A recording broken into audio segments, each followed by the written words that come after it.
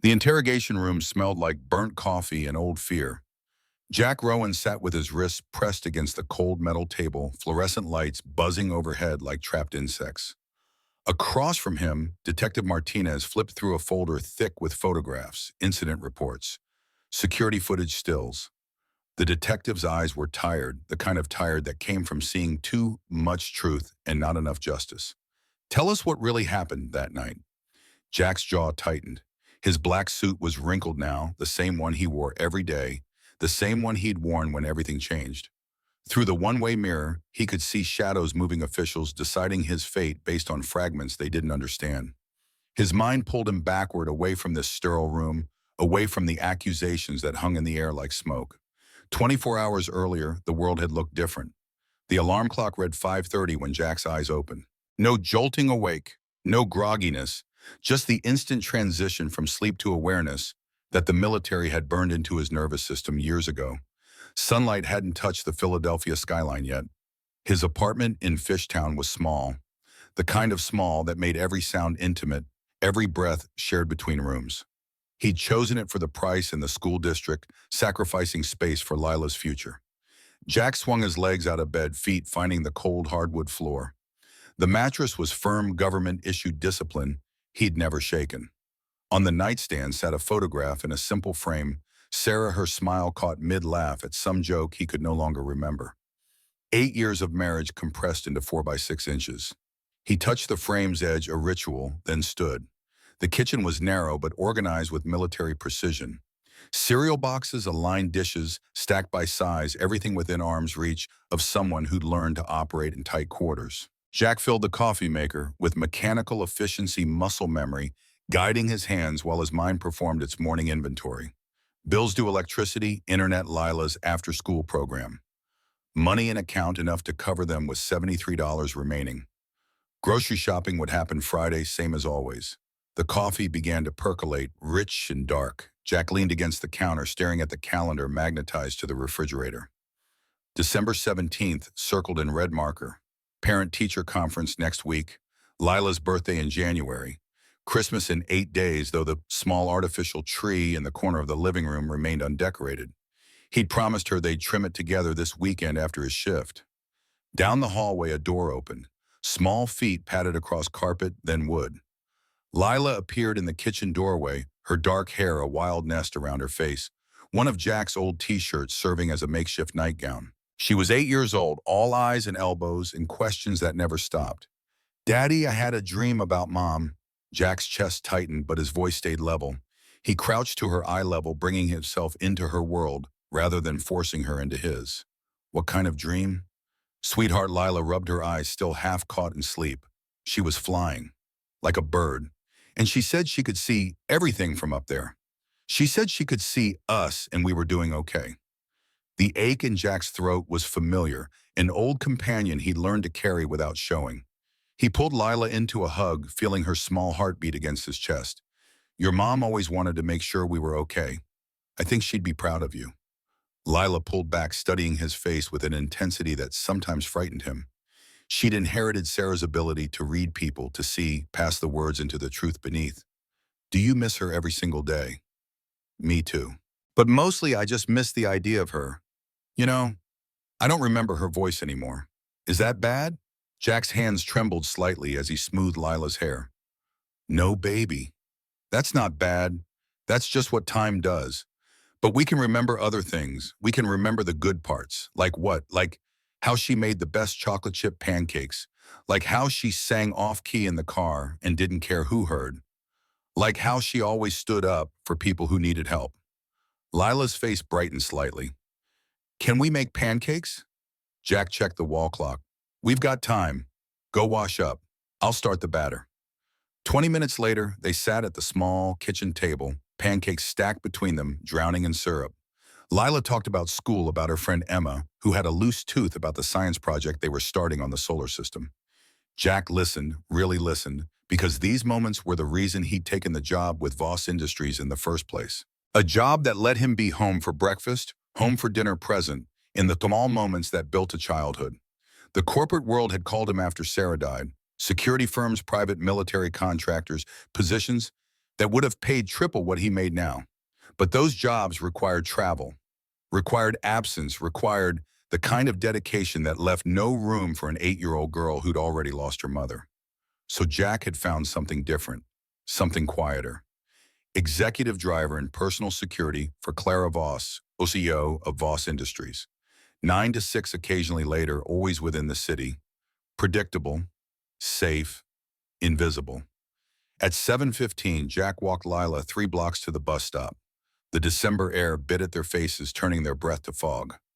Other parents gathered on the corner, forming the loose community of shared responsibility. Mrs. Chen from the Chinese restaurant waved. Mr. Martinez, who drove a truck for a living, nodded. They all knew Jack's story, or thought they did. Single father, quiet man, doing his best. The yellow bus rumbled around the corner, brakes hissing. Lila turned her backpack too big for her small frame. Love you, Daddy. Love you more, sweetheart. Be good. Always am. The bus swallowed her, and Jack watched until it disappeared around the corner. Then he walked back to the apartment, climbed into his car, a 10-year-old Honda Civic that had seen better decades, and drove across the city to the Voss Industries headquarters. The building rose 43 stories into the Philadelphia sky, all glass and steel and money. Jack parked in the underground garage, his assigned spot between the marketing director's BM and the CFO's Tesla. His Honda looked like a mistake. Someone had made a clerical error that belonged in a different zip code. He didn't care. The car ran. That was enough. Jack took the elevator to the executive parking level where the real vehicles lived.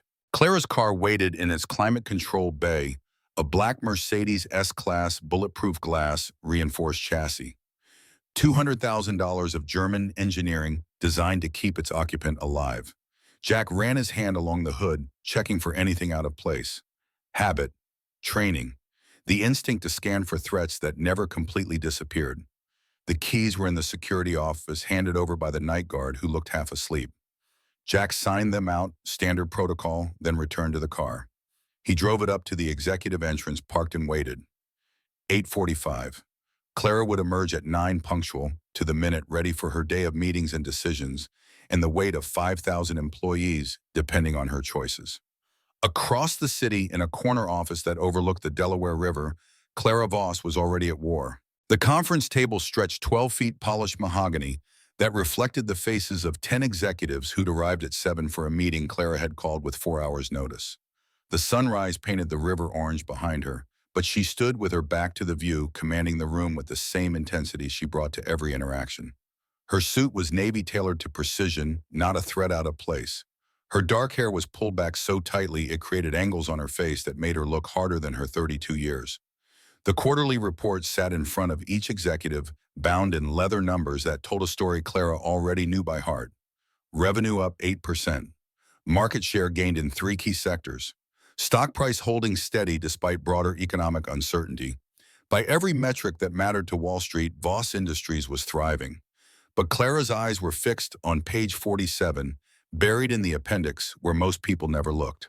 Employee retention in the manufacturing division had dropped 6 points in the last quarter. Exit interviews cited hostile work environment, lack of support, structures, incidents that went unreported, because reporting meant risking employment. This stops now. The executives shifted in their seats. Michael Chen, head of operations, cleared his throat. The numbers are still within industry standards. We're actually performing better than most comparable. I don't care about industry standards. Our people are leaving because they don't feel safe. That's unacceptable. David Warner, CFO and Clara's longest-serving executive, leaned forward. He was 53, silver hair, an expensive watch, the kind of man who'd built his career on knowing when to push and when to yield. With respect, Clara implementing new safety protocols and HR restructuring will cost us. We're talking millions in training, oversight, third-party audits. The board will ask if that capital could be better deployed. Clara's gaze could have frozen water. Tell the board that if we lose our workforce, we have no company. Tell them that I'm not interested in being an industry leader in profit margins if we're an industry failure in basic human decency. The room fell silent. This was the Clara Voss that employees whispered about in hallways, the CEO who'd taken over her father's company at 28 and transformed it from a regional manufacturer into a national player. Brilliant, ruthless, uncompromising, and according to those same whispers, completely incapable of trust, especially when it came to men in positions of power. The rumors weren't entirely wrong. 5 years ago, Clara had been engaged to Marcus Webb, a venture capitalist who'd swept into her life with promises and projections. He'd convinced her to bring him onto the board to share proprietary information, to believe that his interest in her was separate from his interest in her company. 3 months before the wedding, Clara discovered he'd been passing trade secrets to a competitor building a case to force a merger that would have absorbed Voss Industries into a larger conglomerate. The betrayal had been clean, surgical, devastating. Clara had ejected him from the company, from her life, and had built walls so high that even 5 years later, no one had figured out how to scale them. The meeting continued for another hour, Clara dictating changes with the precision of a field commander. New reporting structures, anonymous hotlines, third-party oversight for HR complaints. The executives took notes, asked clarifying questions, and ultimately agreed because Clara Voss didn't make suggestions, she issued directives. At 9, Clara dismissed them. She gathered her materials, checked her phone, and walked to the elevator with the stride of someone who'd learned early that hesitation was weakness. The executive floor was quiet, most employees not arriving until 9:30. Clara preferred it this way, the building still hers before the chaos of the day began. The elevator descended. Clara checked her reflection in the polished doors, adjusting an earring that had shifted during the meeting. She looked tired. No, not tired, exhausted. But exhaustion was the price of success. And Clara had been paying that price since she was old enough to understand that her father's company would one day be hers. The doors opened to the executive garage. Jack stood beside the Mercedes door, already open, face professionally neutral. Clara's heels clicked against concrete as she approached. "Morning, Miss Voss." "Morning." She slid into the back seat. Jack closed the door with a controlled motion, no slam, no flourish, just the quiet efficiency she'd come to expect. He rounded the car, got behind the wheel, and pulled out of the garage without asking for a destination. He already knew. Tuesdays meant breakfast, meeting at the Rittenhouse Hotel, followed by a site visit to the manufacturing facility in Bensalem, then back to the office by noon. 6 months ago, when Clara's previous driver retired, HR had sent her 3 candidates. Jack Rowan hadn't been among them. He'd applied directly, walked into her office without an appointment, and handed her a single sheet of paper. No resume, no cover letter, just a list of credentials that read like military fiction. 8 years Army Special Forces, 2 tours in Afghanistan, expert in evasive driving, threat assessment, executive protection, honorable discharge, Pennsylvania Class A CDL, CPR certified, clean background check. Clara had looked up from the paper, ready to dismiss him like she dismissed most interruptions. Then she'd seen his eyes, not aggressive, not ingratiating, not performing masculinity like it was a currency he could spend. Just direct, honest, competent. "Why do you want this job?" "My daughter needs stability. This provides it." That's all. Jack had paused, considering. "I'm good at keeping people safe. You need someone who's good at that." Seems like a match. Clara had hired him on the spot, mostly to prove to herself that she could still make gut decisions, that Marcus Webb's betrayal hadn't completely destroyed her ability to read people. 6 months later, Jack had been exactly what he'd promised: competent, professional, invisible. He drove her to meetings. He waited in parking lots and hotel lobbies. He carried her briefcase when she was loaded down with materials. And he never, not once, tried to be anything more than what his job description required. The drive to the Rittenhouse took 17 minutes. Jack navigated morning traffic with the calm of someone who'd driven through actual war zones. Clara used the time to check emails, respond to urgent messages, prepare for the breakfast meeting with 3 potential investors who wanted to discuss expansion into the renewable energy sector. At the hotel, Jack pulled to the curb. "Your meeting is scheduled for 90 minutes. I'll be in the parking structure, 2nd level, north corner." "Thank you." Clara exited before Jack could circle around to open her door. Another habit, another wall. Accepting help felt like admitting weakness, and weakness was a luxury she couldn't afford. The breakfast meeting went well.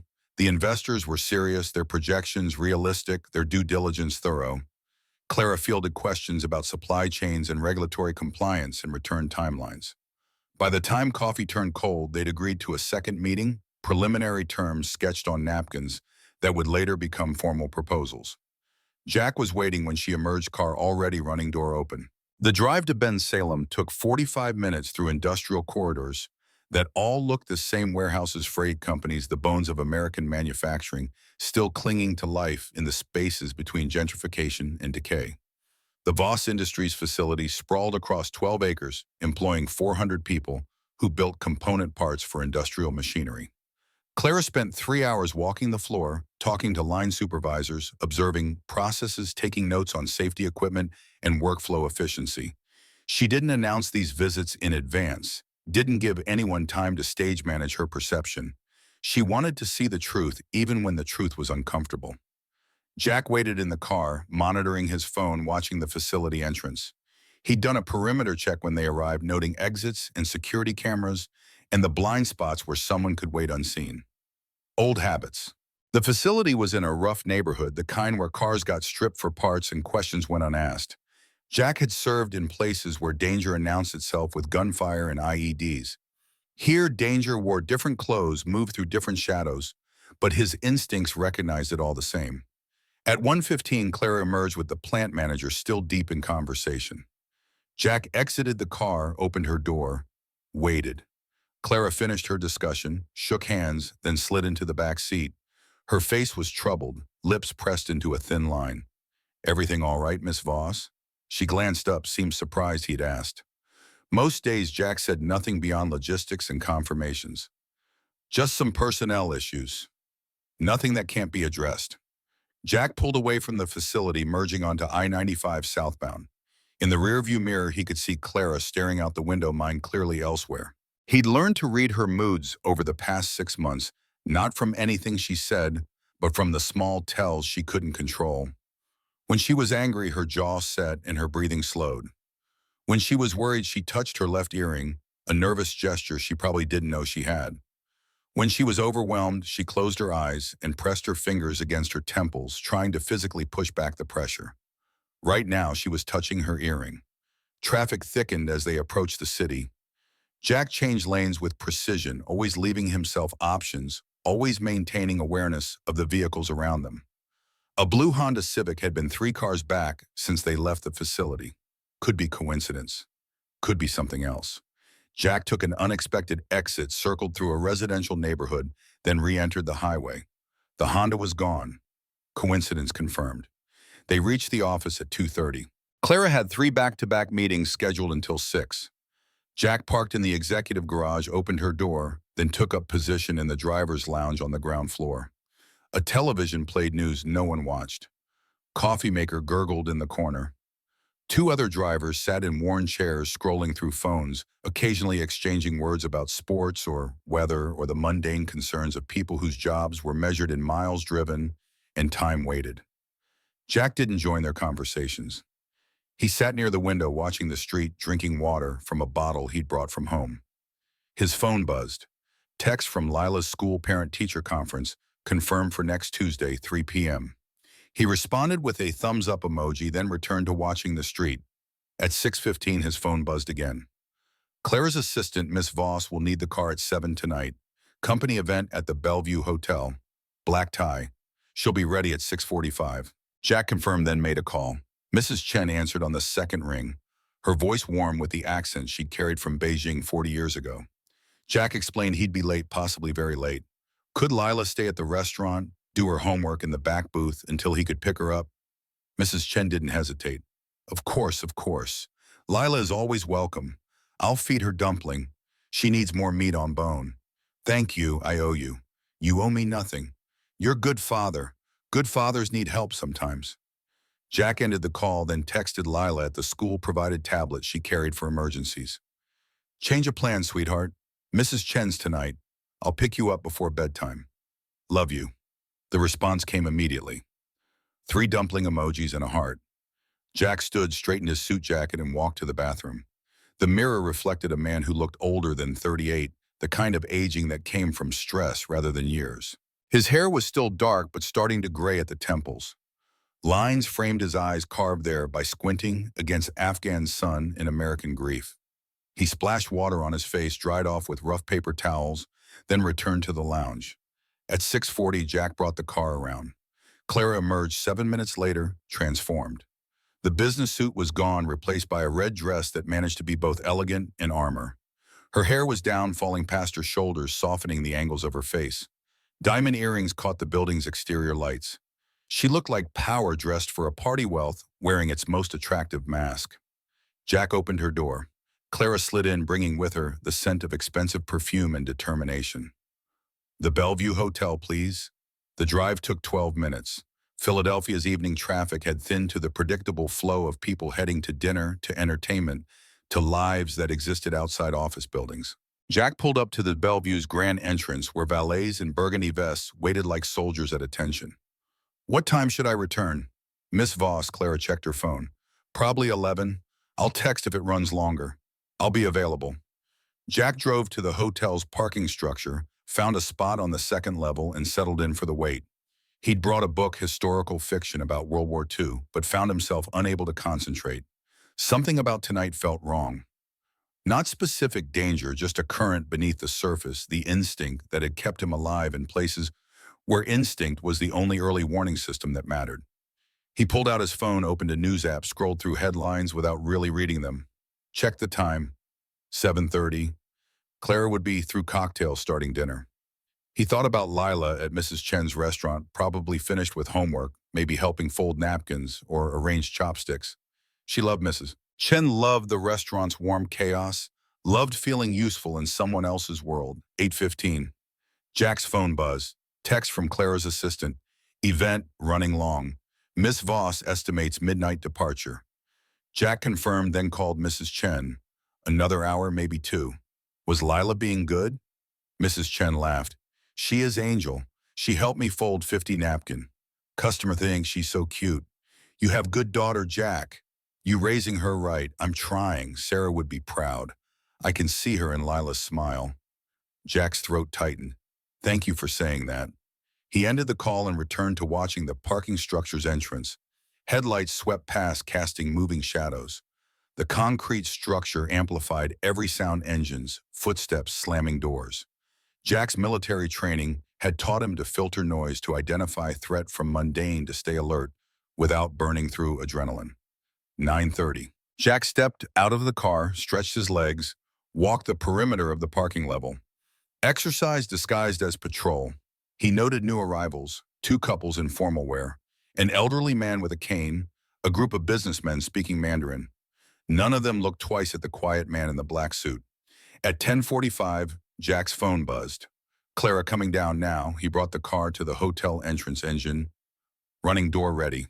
5 minutes passed, then 10. Jack's instincts sharpened. Clara was punctual to a fault. If she said now, she meant now. He pulled out his phone, called her. Straight to voicemail, not turned off, silenced, which meant she was still inside, still at the event, but unavailable. Jack's mind ran calculations. Give it 5 more minutes. If she didn't appear, protocol required him to check the ballroom.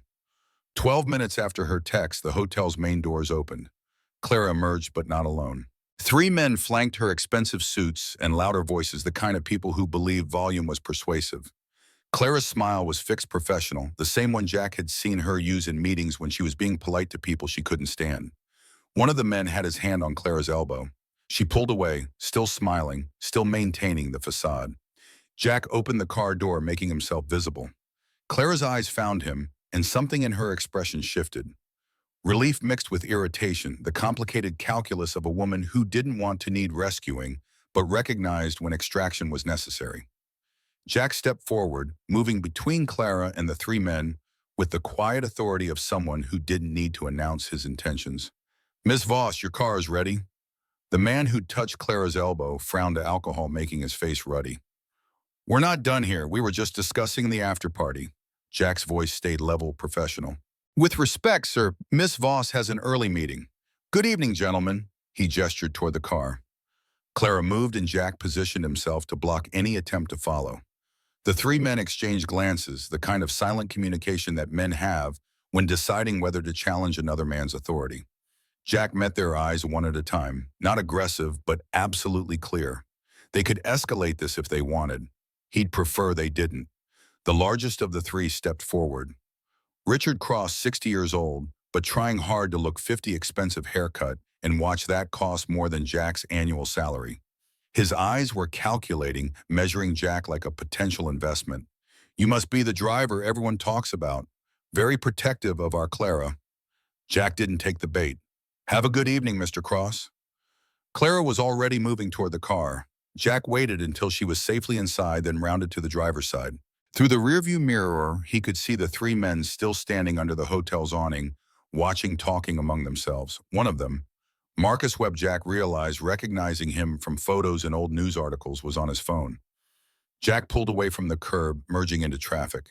In the back seat, Clara was silent, staring out the window. Her hands were clasped together, knuckles white.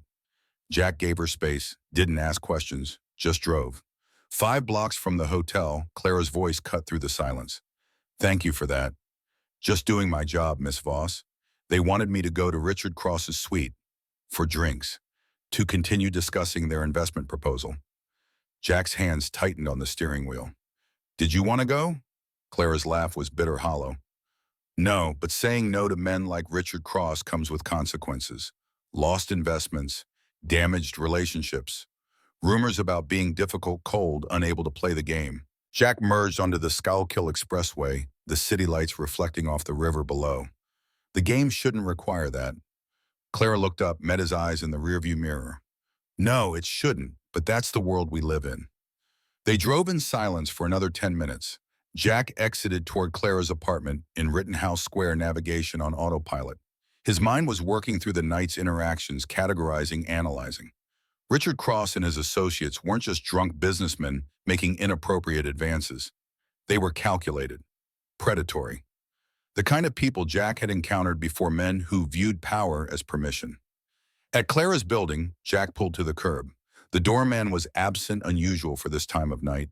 Jack noted it, filed it away. He exited the car, opened Clara's door, prepared to help her out. Clara stood, wobbled slightly. Jack caught her elbow, steadying her. Easy, Miss Voss. Her eyes were unfocused, pupils dilated. I don't feel well. Jack's instincts screamed. He'd seen this before. Too much alcohol, yes, but also something else. Something deliberate. How many drinks did you have? 2, maybe 3. I don't remember. Jack glanced around the empty street. His training kicked in, running through options. Take her inside, get her safe, assess the situation. He helped Clara toward the building entrance, supporting her weight as she leaned against him. I'm sorry, this is embarrassing. You have nothing to be sorry for. They entered the lobby. Still no doorman. Security camera blinked in the corner, red light steady. Jack found Clara's keys in her purse, unlocked the elevator, pressed the button for the 15th floor. Clara slumped against the elevator wall, eyes closing. Stay with me, Miss Voss. Almost there. Her apartment was at the end of the hall, corner unit with views of the square. Jack unlocked the door, helped Clara inside. The apartment was exactly what he'd expected. Expensive furniture, minimal decoration, no personal touches. It looked like a hotel room someone had been living in for years without ever really moving in. Jack guided Clara to the couch. She collapsed onto it, barely conscious. He grabbed a blanket from the bedroom closet, covered her, went to the kitchen for water. Left the glass on the coffee table where she could reach it. Then he took off his suit jacket and placed it over her shoulders, extra warmth against the apartment's aggressive air conditioning. Jack checked the door locks, the windows, the fire escape of access. Everything secure. He could leave now. His job was done. Clara was safe inside her apartment, door locked behind him. But Jack's instincts wouldn't let him walk away. He thought about Richard Cross's hand on Clara's elbow, about the 3 men watching as they drove away, about the doorman's convenient absence. He returned to the living room, pulled a chair from the dining table, positioned it across from the couch where he could see both Clara and the apartment door. Then he sat down, phone in hand, and settled in to wait. The city outside grew quieter. Distant sirens, car horns, the ambient noise of 8 million people living their lives in proximity. Jack stayed awake, years of military training overriding his body's desire for rest. He could go days without sleep if necessary. Tonight felt necessary. At 1:30 a.m., movement outside the apartment door. Voices in the hallway, male low. Jack stood silently, moved to the peephole. 3 men standing in the corridor, Richard Cross, Marcus Webb, and David Chen, the third member of their group from the hotel. They were discussing something voices just below the threshold of clarity. Jack's hand moved to his phone finger, hovering over 911. But they weren't trying to break in, weren't making threats. Just standing there talking, occasionally glancing at Clara's door. After 15 minutes, they left. Jack heard the elevator ding the mechanical hum of descent. He returned to his chair and continued his vigil. Whatever they'd planned, his presence, even unknown to them, had complicated it. Good. At 3:15, Clara stirred. Her eyes opened, confused, disoriented. The apartment was dark except for the ambient light from the street below. She saw Jack sitting across from her, saw his jacket on her shoulders, saw the glass of water on the table. Panic flooded her face. Her eyes went wide, her breathing accelerated. She sat up fast, too fast, immediately regretting it as the room spun. "What are you doing here?" Jack stood slowly, hands visible, non-threatening. "You were in no condition to be alone, Miss Voss. I stayed to make sure you were safe." Her voice rose, still foggy with whatever had been in her system. "You're in my apartment, in the middle of the night. And I don't remember, Miss Voss. I understand how this looks, but I never touched you. I stayed in this chair all night. You can check the security cameras if you don't believe me." Clara grabbed a throw pillow from the couch and hurled it at him. It missed by 3 feet, her coordination still compromised. "I said get out now." Jack picked up his jacket from where it had fallen. He walked toward the door, stopped, turned back. "For what it's worth, Miss Voss, I was just trying to do the right thing." He left. The door closed quietly behind him, the sound of it echoing through the empty hallway. Jack stood in the corridor for a moment, forehead against the wall, exhaustion finally catching up to him. He'd done what he thought was right. Clara hated him for it. That was okay. Her safety was worth her hatred. He took the elevator down, walked through the empty lobby out into the pre-dawn cold. His car was parked 2 blocks away where he'd left it when he'd helped Clara inside. Jack climbed in, started the engine, and drove through the silent city toward Mrs. Chen's restaurant. Lila was asleep in the back booth, curled under Mrs. Chen's coat, her homework scattered across the table. Mrs. Chen sat nearby doing bookkeeping by the light of a small lamp. She looked up when Jack entered, her expression knowing, Monk Knight. "Something like that. The girl, she's okay." Jack thought about Clara's face, the fear and confusion and anger all mixed together. "She will be." Mrs. Chen nodded, started closing her ledger. "I made you food. You eat before you go. I should get Lila home. Food first, then home. You need strength to be good father." Jack didn't argue. Mrs. Chen disappeared into the kitchen, returned with a container of dumplings and a thermos of hot tea. Jack ate standing up, barely tasting the food, just refueling. When he finished, Mrs. Chen waved away his attempt to pay. "You take care of my community. I take care of you. This is balance." Jack carefully lifted Lila from the booth. She stirred, mumbled something incoherent, then settled against his chest, still asleep. He carried her to the car, buckled her into the back seat, drove the 15 minutes home. By the time he'd carried her upstairs and tucked her into bed, the eastern sky was beginning to lighten. Jack stood in Lila's doorway, watching her sleep. Her face was peaceful, innocent, untouched by the ugliness he'd witnessed tonight. This was why he'd taken the job with Voss Industries. This was why he drove instead of deployed, why he waited in parking garages instead of patrolling hostile territories. Because Lila needed a father who came home not medals delivered to her by men in dress uniforms. He returned to his own room, lay down on top of the covers still in his clothes. His phone sat on the nightstand, silent. No text from Clara, no call from her assistant, no acknowledgement that tonight had happened at all. Jack closed his eyes, but sleep wouldn't come. His mind replayed the evening Richard crossed his hand on Clara's elbow. The 3 men in the hallway outside her door. Clara's face when she'd woken up seeing him there, jumping to the worst possible conclusion.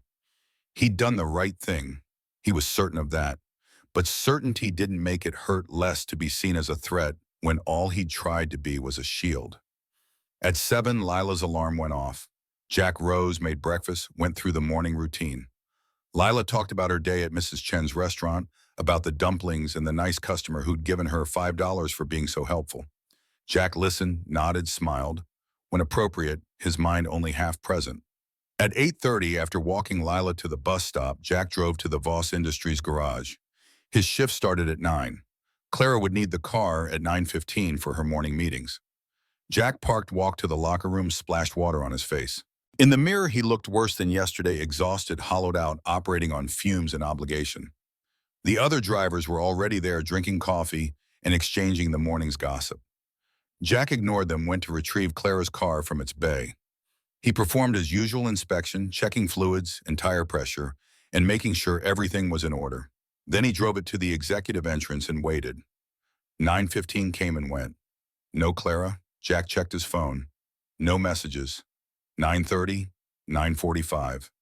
At 10, Clara's assistant appeared, a young woman named Jennifer, who always seemed slightly overwhelmed by the proximity to power. Mr. Rowan, Miss Voss won't need the car today. She's working from home, Jack nodded. Should I remain on call? Jennifer checked her tablet. No, take the day. She'll text if anything changes. Jack returned the car to its bay, clocked out at the security office, and drove home. The apartment felt too quiet, too empty. Lila wouldn't be back until 3:30. Jack had 7 hours to fill with nothing but his thoughts and the growing certainty that he'd just lost the one job that allowed him to be the father Lila needed. He made coffee, sat at the kitchen table, stared at his phone. Should he text Clara? Apologize, explain. But what was there to explain?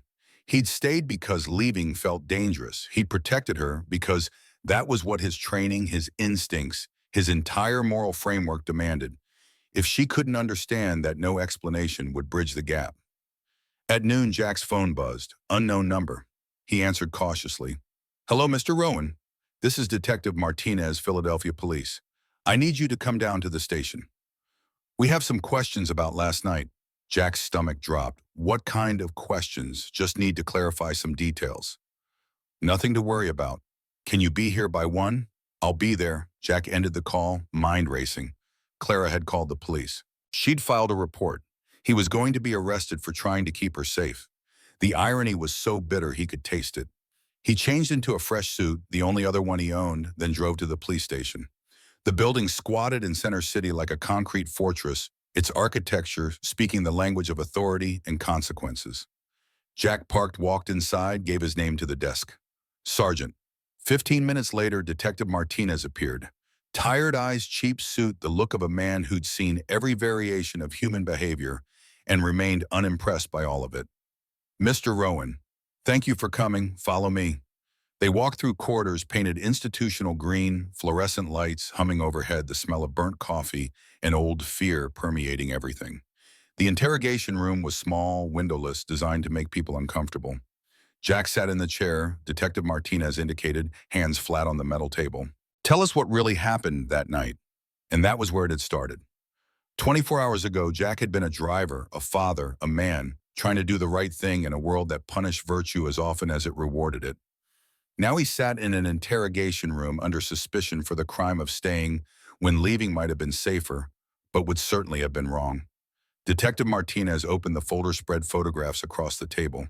Security footage stills time-stamped and damning in their silence. Jack helping Clara into her building. Jack entering her apartment. Jack sitting in the chair, frozen in infrared, watching over her through the dark hours. Miss Voss called this morning. Said she woke up in her apartment with you present. Said she didn't remember how she got there. Didn't remember inviting you in. She was scared, Mr. Rowan. Can you understand that? Yes, I can understand it, and I can explain it. Martinez leaned back, arms crossed. I'm listening. Jack told the story. The hotel pickup, Clara's condition, the missing doorman, the 3 men in the hallway. Every detail, every decision, every moment that had led to him sitting in that chair while Clara slept off whatever had been in her system. Martinez listened without interrupting, taking notes, his expression revealing nothing. When Jack finished, Martinez tapped his pen against the folder. And you just decided to stay. All night without her knowledge or consent. I decided she was vulnerable and potentially in danger. I decided that my job is to keep her safe, and leaving her alone when she was barely conscious didn't qualify as safe. So yes, detective, I stayed. I sat in that chair for 6 hours. I never approached her, never touched her beyond helping her to the couch. I stayed because it was the right thing to do. Martinez studied Jack for a long moment. You have a military background. Special forces. Yes. Decorated, honorably discharged. Clean record. Yes. So why take a job as a driver? Man with your skills could be making 3 times the salary, doing private security, executive protection, consulting work. Jack's jaw tightened. Because I have an 8-year-old daughter who needs a father present in her life, not deployed to some foreign country or traveling 50 weeks a year. This job lets me be home for breakfast and dinner. It lets me walk her to the bus stop and help with homework. That's worth more than salary. Martinez nodded slowly, something shifting in his expression. I have 2 kids myself, 19 and 16. I missed a lot of their growing up working this job. I understand the choice you made, but I also need to understand what happened last night because right now we have a very scared woman who woke up with a man in her apartment and no clear memory of how that happened. Jack leaned forward, voice steady but intense. Then I suggest you check your own security footage from the Bellevue Hotel. Check the exterior cameras from Miss Voss's building. Because if you do, you'll see 3 men, Richard Cross, Marcus Webb, and David Chen standing outside her apartment door at 1:30 in the morning. You'll see them there for 15 minutes discussing something, checking her door. And maybe you'll start asking yourself what their plans were and why they disappeared when those plans got complicated. Martinez's eyebrows rose. You saw them? I saw them through the peephole. They didn't know I was there. But they knew where Clara lived. They knew she was alone, or thought she was. And they had a plan. I interrupted it. The detective wrote something down, underlined it twice. That's a serious allegation. It's what I witnessed. Check your footage. Talk to the Bellevue staff about what Clara was drinking, who was serving her, whether her glass was ever out of her sight. Do the investigation you're trained to do, detective, and I think you'll find that I'm not the person you should be interrogating right now. Martinez closed the folder, stood. Wait here. He left the room. Jack sat alone in the fluorescent silence, staring at the one-way mirror, wondering who was watching from the other side. His life had fractured in the past 24 hours. His job was probably gone. His reputation was under investigation. And Clara, the woman he tried to protect, now saw him as a threat. The door opened. Martinez returned, but not alone.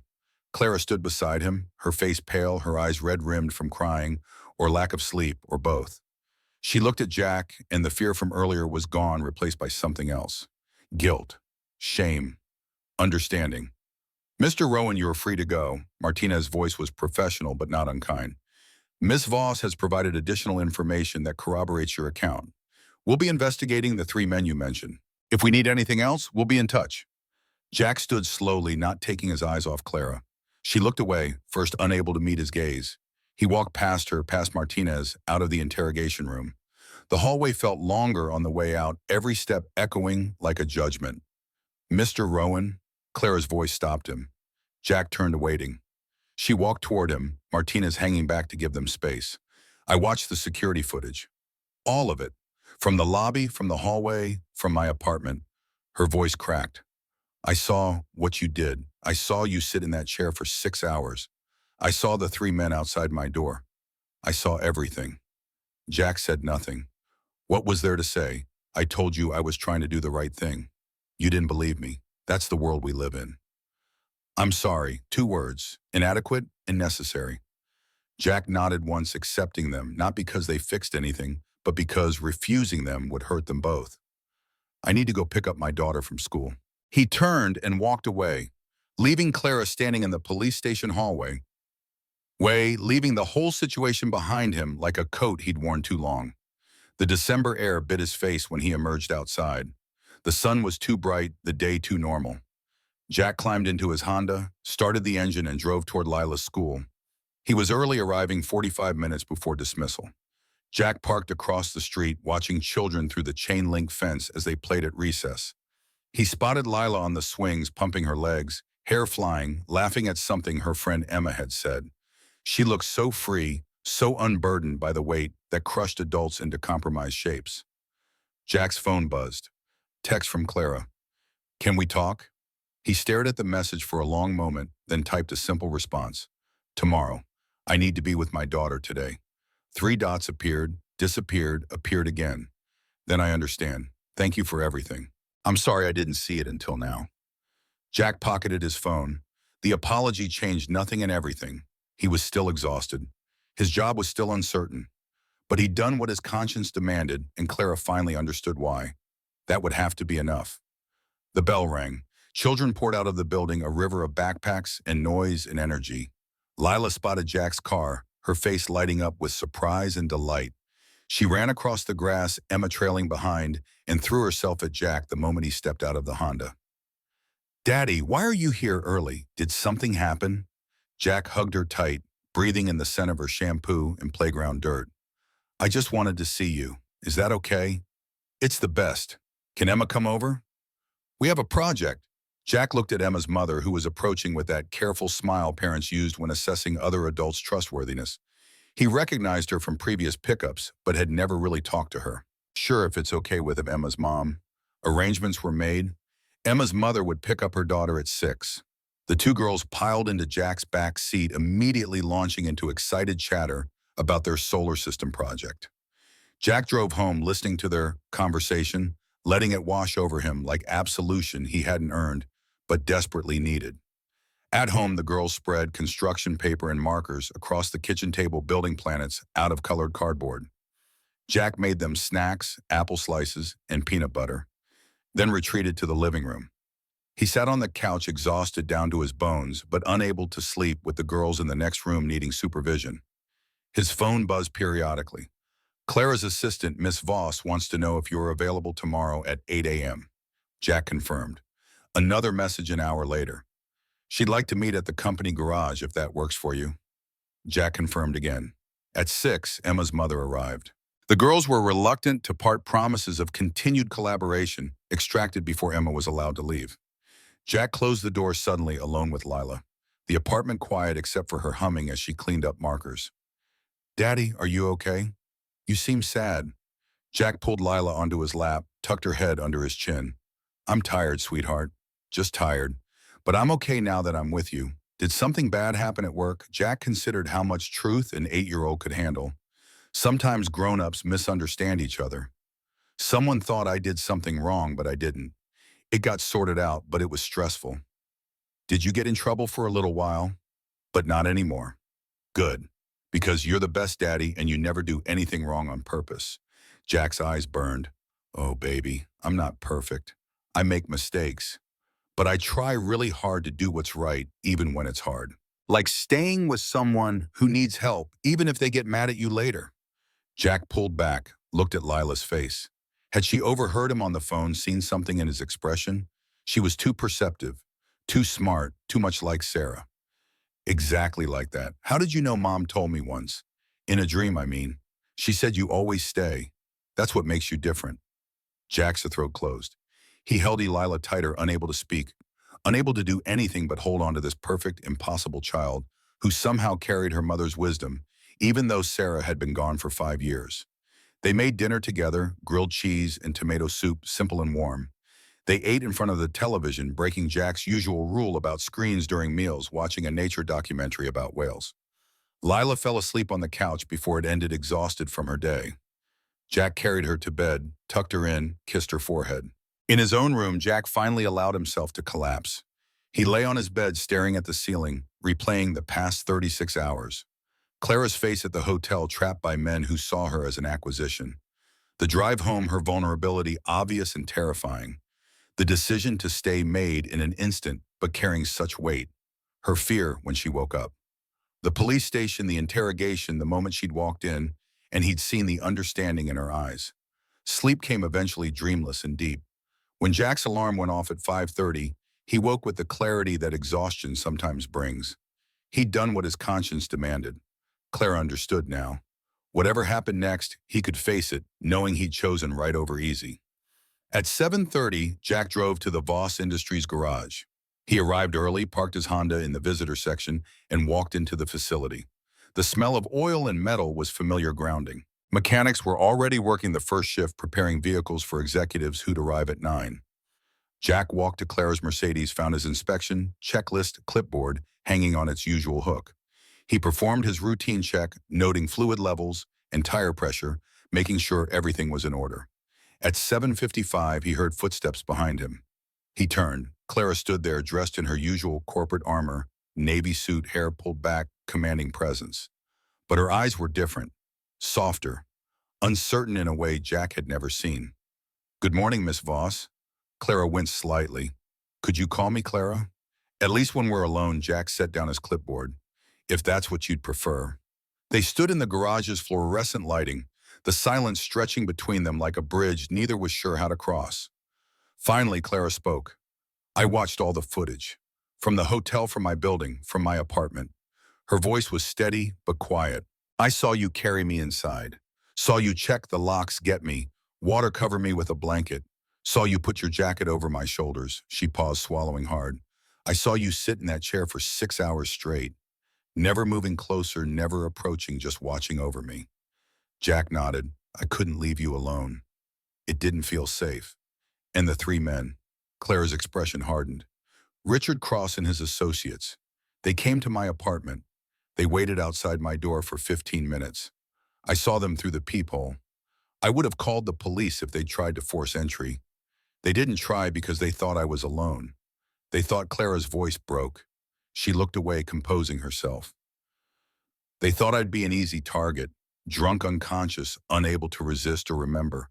And if you hadn't stayed, if you just dropped me off and left like any normal driver would, I don't want to think about what would have happened."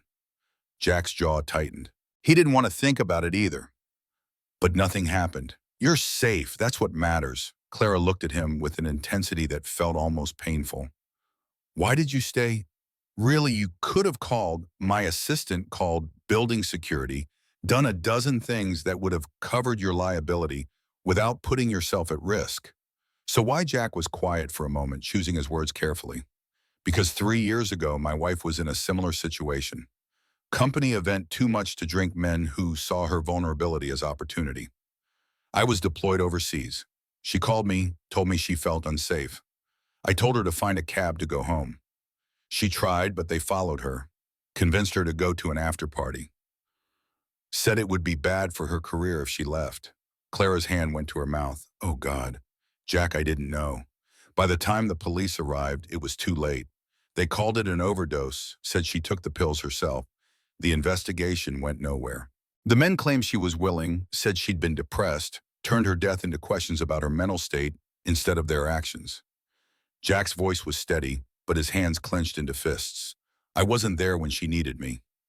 I'll carry that for the rest of my life. So when I see someone in danger, any woman in a vulnerable position, I don't walk away. I can't. Because I know exactly what happens when nobody stays." Tears rolled down Clara's face, ruining the careful makeup she'd applied that morning. "I'm so sorry. I'm sorry for what happened to your wife. I'm sorry for accusing you. I'm sorry for everything." Jack stepped forward, not touching, but closing the distance. "You were scared. You reacted the way anyone would when they wake up confused in their own home with someone unexpected present. You have nothing to apologize for. But I do, because I should have trusted you. In 6 months, you've never been anything but professional, anything but honorable. And the first time something went wrong, I immediately assumed the worst. What does that say about me?" Jack's expression softened. "It says you've been hurt before. It says you've learned to protect yourself because the world hasn't always protected you. That's not a character flaw, Clara. That's survival." Clara wiped her eyes, trying to collect herself. "The detective told me about your military service. He said you were decorated, that you could be making 3 times what I pay you doing private security or contracting work. But you chose this job because it lets you be home for your daughter. Lila, she's 8. She already lost her mother. I won't let her lose her father too, even if it's just to absence instead of death. Can I meet her sometime, I mean? If you think that would be appropriate." Jack was surprised. "Why would you want to?" "Because she's the reason you stayed. The reason you took this job in the first place. And I think I'd like to know the person who inspires that kind of devotion." Jack nodded slowly. "I'd have to ask her first. But if she's comfortable with it, then yes." Clara took a breath, shifting back into CEO mode, though the vulnerability hadn't entirely left her face. "I need to tell you something else. I'm filing charges against Richard Cross and his associates. Sexual harassment, attempted assault, conspiracy. The detective said it's a strong case, especially with the security footage and your testimony. But it's going to be very public, very ugly. Cross will come after me, after the company, after anyone involved." Her eyes met Jack's. That includes you. If you testify, he'll try to destroy your credibility, dig up anything in your past he can use against you. So I need to know if you're willing to do that. I'll understand if you're not. You have Lila to think about. Jack didn't hesitate. I'll testify. I'll tell the truth about what I saw, what happened. If that helps keep Cross and his friends from doing this to someone else, then it's worth whatever he throws at me. Clara's expression shifted, something like admiration mixed with disbelief. You're remarkable, do you know that? Most people talk about doing the right thing. You actually do it regardless of the bomb. Jack shook his head. I'm just a father trying to teach his daughter that decent people still exist. That standing up for others isn't optional, it's required. If I don't live that example, what am I teaching her? That integrity is still the highest rank. Clara smiled through her tears. That's what your wife would have wanted, isn't it? For you to keep being the man she fell in love with. Every single day, Jack's voice was rough with emotion. Every day I try to make her proud, try to show Lila what her mother stood for. Sometimes I fall short, but I keep trying. You're not falling short. You're exactly who your daughter needs you to be. And you're exactly who saved my life last night, even if I didn't understand it at the time. They stood in the garage, two people bound by trauma and choice and the terrible clarity that comes from surviving what should have destroyed you. Outside, the city was waking up people driving to jobs and obligations completely unaware of the quiet heroism that had unfolded in the dark hours. That was fine with Jack. He didn't need recognition. He just needed to live with himself, to look Lila in the eye every morning and know he was worthy of her trust. Clara straightened her posture, wiping away the last evidence of tears. I'm promoting you, Director of Safety, starting next month. You'll oversee security protocols for all Voss Industries properties, develop training programs for employee protection, manage a team. It's a significant increase in responsibility and salary. Jack's mind raced. More money meant better apartment, better schools for Lila college savings that actually mattered. But it also meant more time, more responsibility, less availability for the day-to-day parenting that he'd built his life around. I appreciate the offer, Clara, but I need to think about how it affects Lila. Can I have some time to consider it? Of course. Take whatever time you need, but I want you to know this isn't charity or guilt. You've earned this position. You've demonstrated judgment and courage that most people never manage in an entire career. I want that working for this company in a bigger capacity. I'll give you an answer by the end of the week. That's perfect. Clara glanced at her watch. I have a board meeting at 9. Will you drive me? Jack picked up his clipboard, made a final note on his inspection checklist. The car's ready. Let me pull it around. 20 minutes later, they were driving through morning traffic, the city fully awake now, everyone rushing toward their version of purpose. In the rearview mirror, Jack could see Clara working on her tablet, preparing for the meeting that would likely determine the next phase of her battle against Richard Cross. Her face was composed again, the CEO mask firmly in place. But Jack had seen beneath it now, had glimpsed the woman who existed underneath all that armor. His phone buzzed at a red light. Text from Lila. Have a good day, Daddy. I love you to infinity. Jack smiled, texted back a heart emoji, then focused on the road. The light turned green. Traffic moved forward. And somewhere in the middle of that ordinary morning, Jack Rowan understood that his life had fundamentally changed in the past 48 hours. Not because of the promotion or the police interrogation or even Clara's understanding, but because he'd made a choice in a moment of crisis to stay when leaving would have been easier. And that choice, more than anything else, had proven to him that Sarah's death hadn't destroyed the man she'd married. It had refined him, sharpened his sense of right and wrong until it cut through every comfortable rationalization. He'd stayed because staying was required. Because silence killed and looking away cost lives. Because integrity mattered more than comfort. The Mercedes pulled up to Voss Industries headquarters. Jack parked at the executive entrance, opened Clara's door. She stepped out, then turned back. Jack, thank you. For everything, for staying, for testifying, for being someone I can trust. It's been a long time since I could say that about anyone. You're welcome. And Clara, you're stronger than you give yourself credit for. Taking on cross-filing charges, refusing to let him win, that takes courage most people don't have. I learned from the best. She smiled, genuine and warm. See you at 6. See you at 6. Clara walked into the building, heels clicking against marble, every inch the powerful CEO who'd built an empire through will and vision. But Jack had seen the other Clara, now the one who was scared and vulnerable and human beneath the polish. And he'd made a promise to himself that morning, sitting in that interrogation room, watching her walk in with understanding in her eyes. He would protect her, not because it was his job, but because it was right. Because every woman deserves someone who would stay when darkness came looking. Because Sarah would have wanted him to be that person for others, even though he hadn't been able to be that person for her. Jack drove the Mercedes back to the garage, parked it in its bay, and clocked out for his mid-morning break. He had 2 hours before Clara's next appointment. He spent them walking through Rittenhouse Square, watching people live their lives, thinking about the choice he'd made and the consequences still unfolding. The December air was cold, but clean winter, stripping away everything unnecessary until only the essential remained. His phone rang. Unknown number. Jack answered cautiously.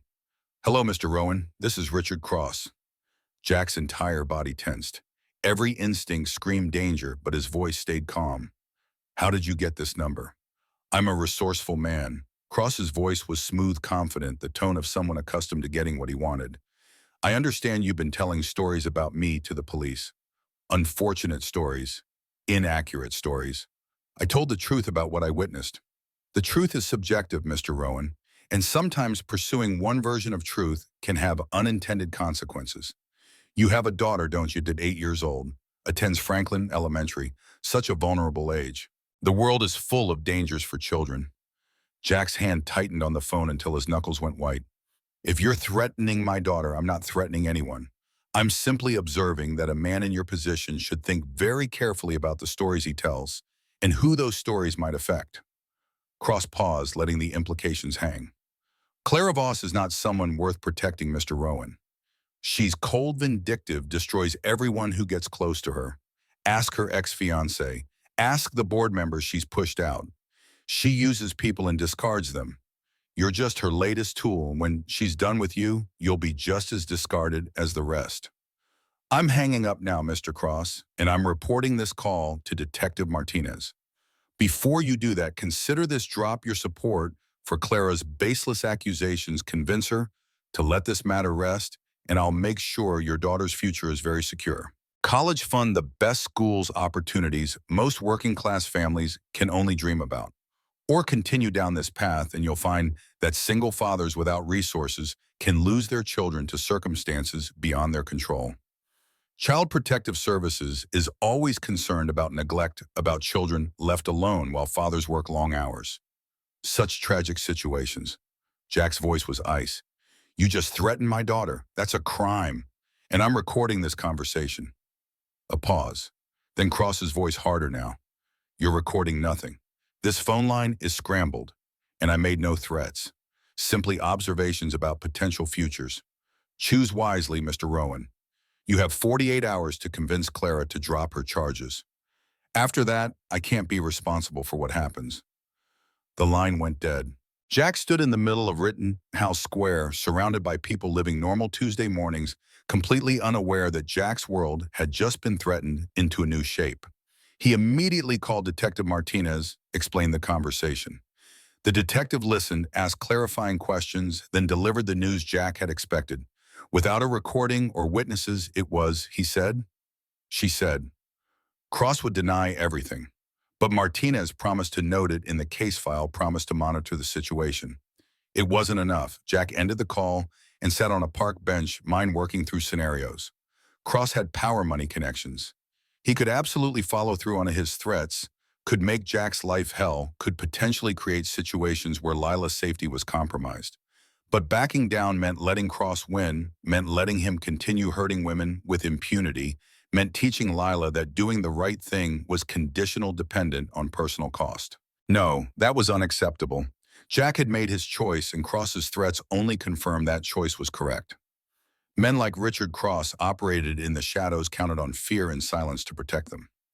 Jack had spent 8 years in special forces, learning how to face fear and convert it into focused action. Cross had picked the wrong target. Jack pulled out his phone, called Clara directly. She answered on the second ring. "Jack, is everything okay?"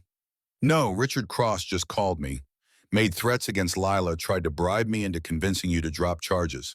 I reported it to Detective Martinez, but Cross is smart enough that it won't stick. You need to know what you're up against. This man is dangerous, and he's not going to just accept legal consequences without fighting back. Clara's voice was cold, furious. Did he threaten your daughter directly, indirectly? Talked about child protective services, about how single fathers can lose custody, about how vulnerable children are. The implication was clear. That bastard. Clara was silent for a moment, thinking.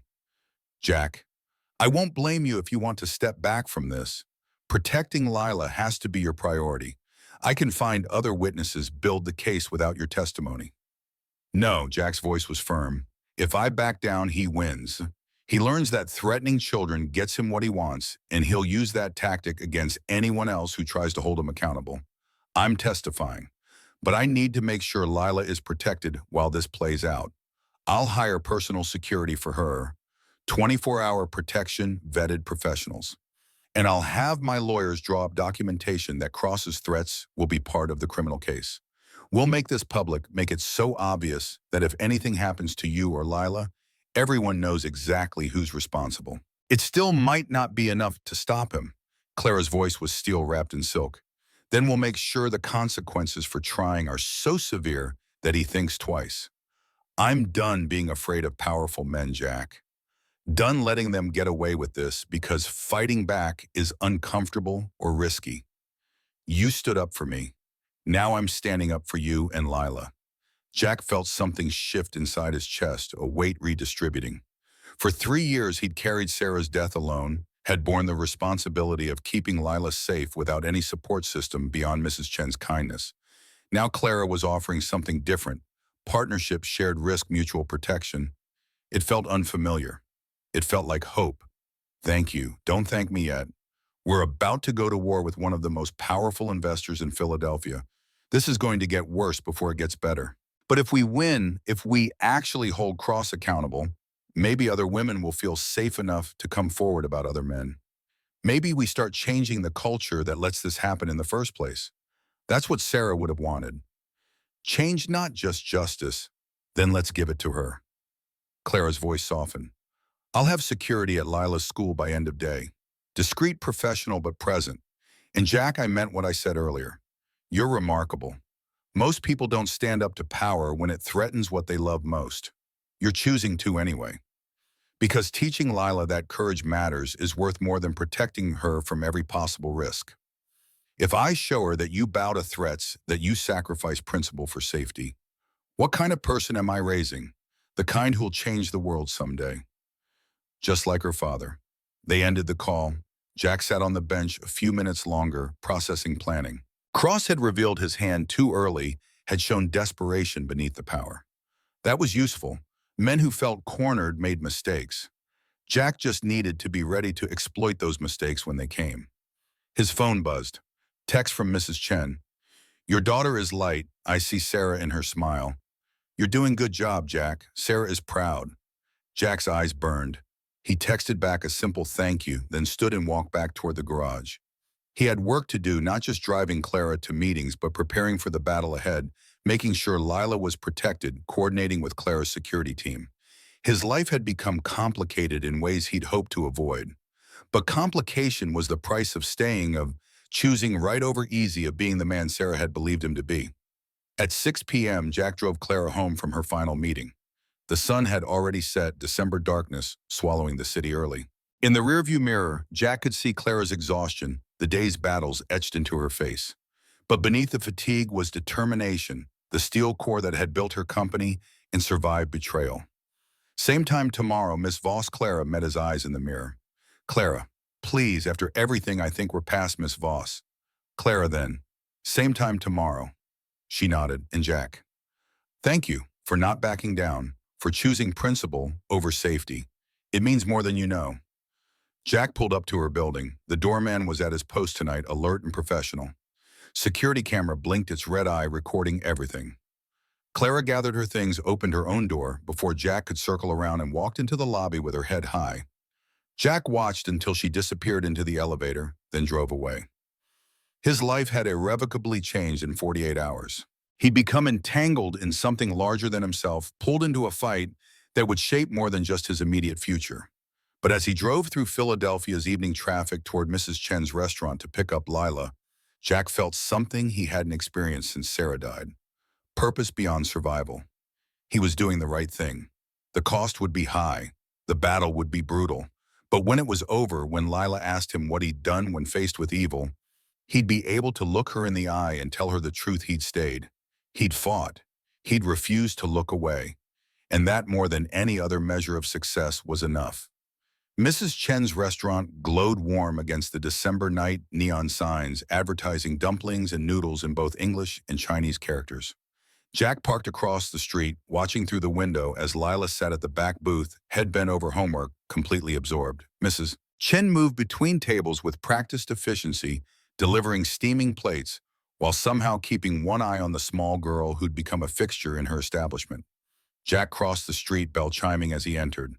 The smell hit him immediately: garlic ginger frying oil, the comfort of food prepared with generosity rather than precision. Lila's head snapped up, face brightening. "Daddy, you're early." Finished work sooner than expected. Jack slid into the booth across from her, noting the math problem spread across the table. "How's it going? Fractions are stupid. Why do I need to know what 1/3 plus 2/5 equals? Because someday you might need to split a pizza fairly between friends with different appetites?" Lila considered this, grudgingly nodded. "Okay, that's actually useful." She gathered her papers, stuffing them into her backpack with the organized chaos only 8-year-olds could achieve. "Can we get dumplings to go, Mrs.?" Chen appeared before Jack could answer, already holding a takeout container. "I pack extra. Growing girl needs food. And you," she pointed at Jack with a serving spoon, "you look too thin." "I add soup." "You don't have to." "Already done." Mrs. Chen's tone brooked no argument. "You take care of my neighborhood. I take care of you. This is how community works." 10 minutes later, Jack and Lila walked home through streets where Christmas lights competed with security cameras for dominance. Lila chattered about her day. Emma's loose tooth had finally fallen out. Science class had watched a video about volcanoes. The cafeteria had served pizza that tasted like cardboard. Normal 8-year-old concerns, blissfully ignorant of Richard Cross and his threats. At home, they ate dumplings straight from the containers, sitting on the couch with a nature documentary playing on mute. Jack only half watched, his mind processing the day's revelations. Clara's determination to fight. Cross's willingness to threaten a child. The security team that would arrive tomorrow, invisible guardians whose presence would fundamentally alter Lila's life. Daddy Lila's voice cut through his thoughts. "Are you in trouble?" Jack set down his chopsticks, turned to face her fully. "What makes you think that?" "You have your worried face, the one you get when bills come or when I'm sick, like you're trying to solve a problem that doesn't have a good answer." "Smart kid. Too smart." Jack chose his words carefully. "There's a situation at work. Someone's not happy about me telling the truth about something I saw. But it's being handled. You don't need to worry. Will you lose your job, though?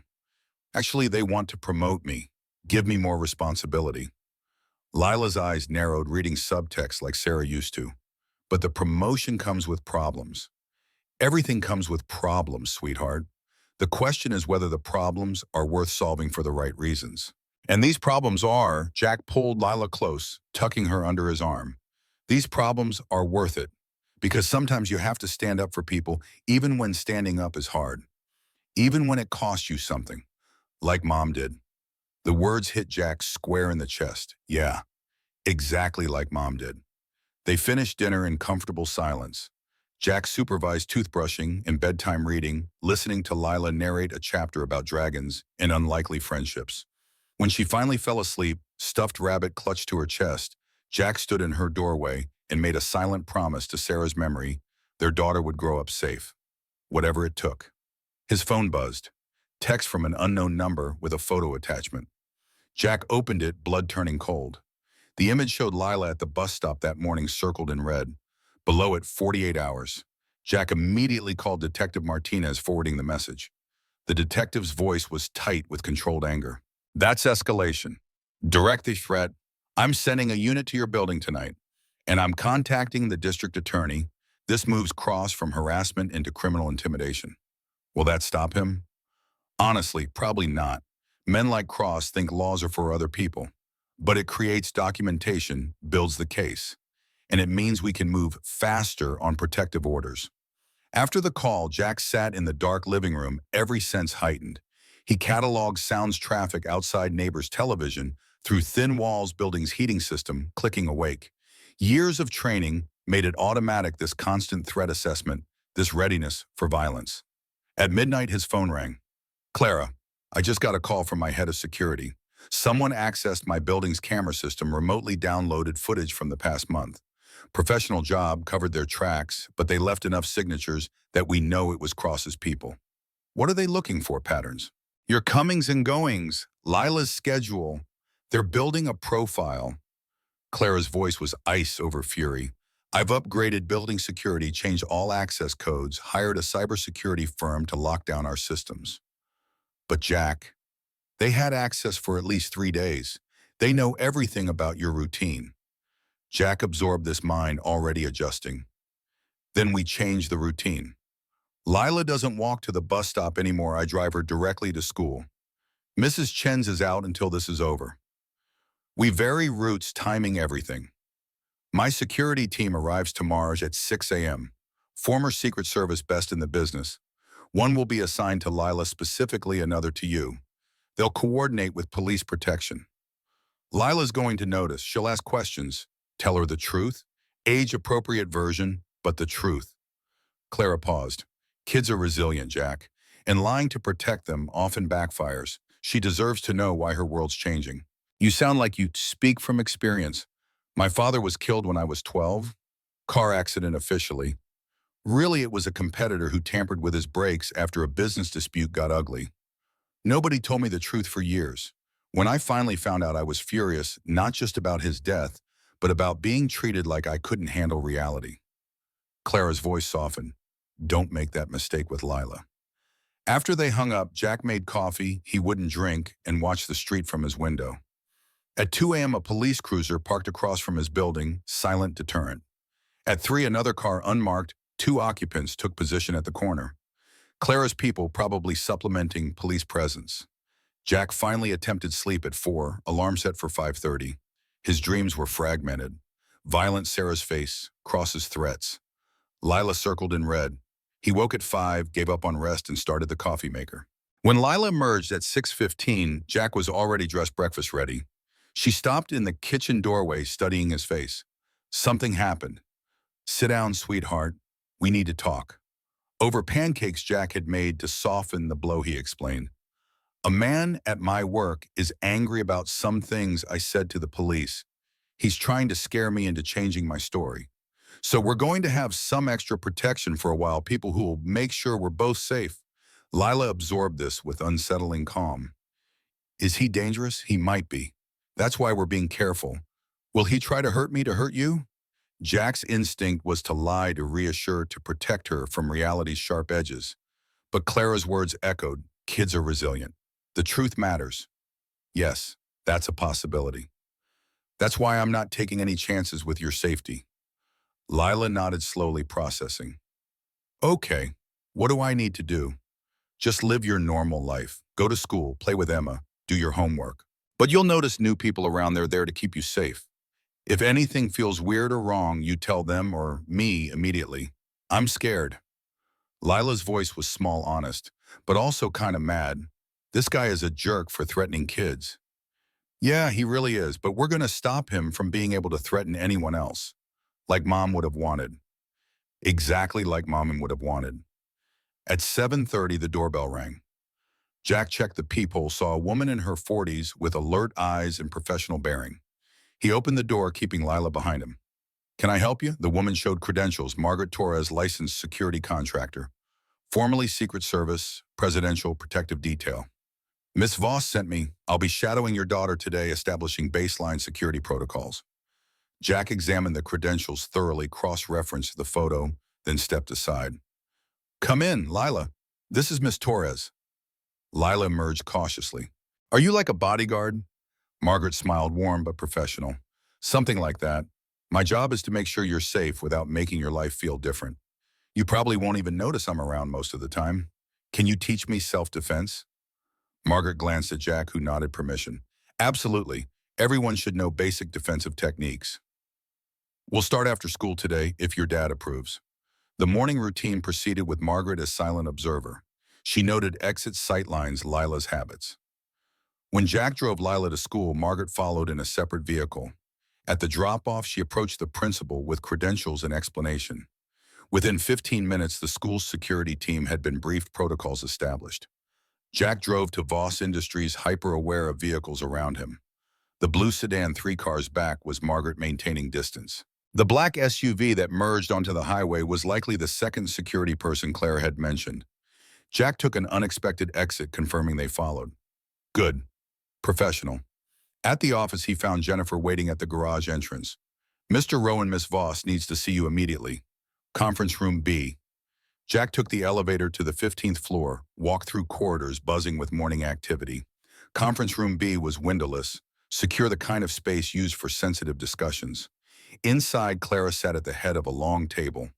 Beside her, 2 people, a woman in an expensive suit who radiated lawyer and Detective Martinez. Clara gestured to a chair. Sit. We're coordinating response to Cross's threats. The lawyer introduced herself, Patricia Hawthorne, partner at one of Philadelphia's most prestigious firms. Mr. Rowan, I've reviewed your statements, the recorded threat, and the photographs sent to your phone. We're pursuing multiple legal avenues, criminal charges for intimidation and stalking, civil restraining orders, and injunctions preventing Cross from accessing certain information systems. How long until those are in place? Restraining order hearing is this afternoon. We're requesting emergency status given the direct threat to a minor. Criminal charges will take longer. District attorney needs to review evidence. Build case. But Martinez thinks we can move quickly. The detective leaned forward. Cross made mistakes. The phone threat was sophisticated, but not perfect. We traced the call origin to a burner purchased near Cross's office. The photograph was sent from an IP address that connects to his investment firm's network. He thought he was covering his tracks. He wasn't. Clara's expression was carved from stone. I want him arrested, today. These things take time, Clara. Martinez's voice was patient, practiced. But we're building toward that. Every threat, every misstep strengthens the case. The DA wants this airtight before we move. Cross has expensive lawyers and political connections. We need overwhelming evidence. Then we get overwhelming evidence. Clara turned to Patricia. What about civil exposure, company liabilities, shareholder concerns? I've already filed preliminary motions to freeze Cross's investment in Voss Industries, citing his criminal behavior as breach of partnership agreements. The board meets tomorrow to vote on forced divestment. Given the evidence, I expect unanimous support. Jack listened to the legal machinery spinning into motion, transforming personal violation into systemic response. This was what power looked like when wielded with precision, not brute force but calculated pressure, applied at strategic points until the target collapsed under accumulated weight. What do you need from me? Jack's question cut through the legal discussion. Patricia consulted notes. Your testimony will be crucial at multiple stages. Today's restraining order hearing, possibly criminal proceedings, definitely civil case. You'll need to prepare for intensive questioning. Cross's lawyers will attack your credibility, try to paint you as unstable or opportunistic. I can handle that, can you? Patricia's eyes were sharp, assessing. They'll bring up your military service, imply PTSD. They'll question your motives for staying in Clara's apartment. They'll suggest you're fabricating threats to gain attention or money. They'll make you look like the villain to protect their client. Jack's voice was level, controlled. Let them try. The truth is simple. I witnessed their client attempting to compromise my employer. I intervened. He threatened my daughter in retaliation. Security footage, phone records, and witness statements support every word.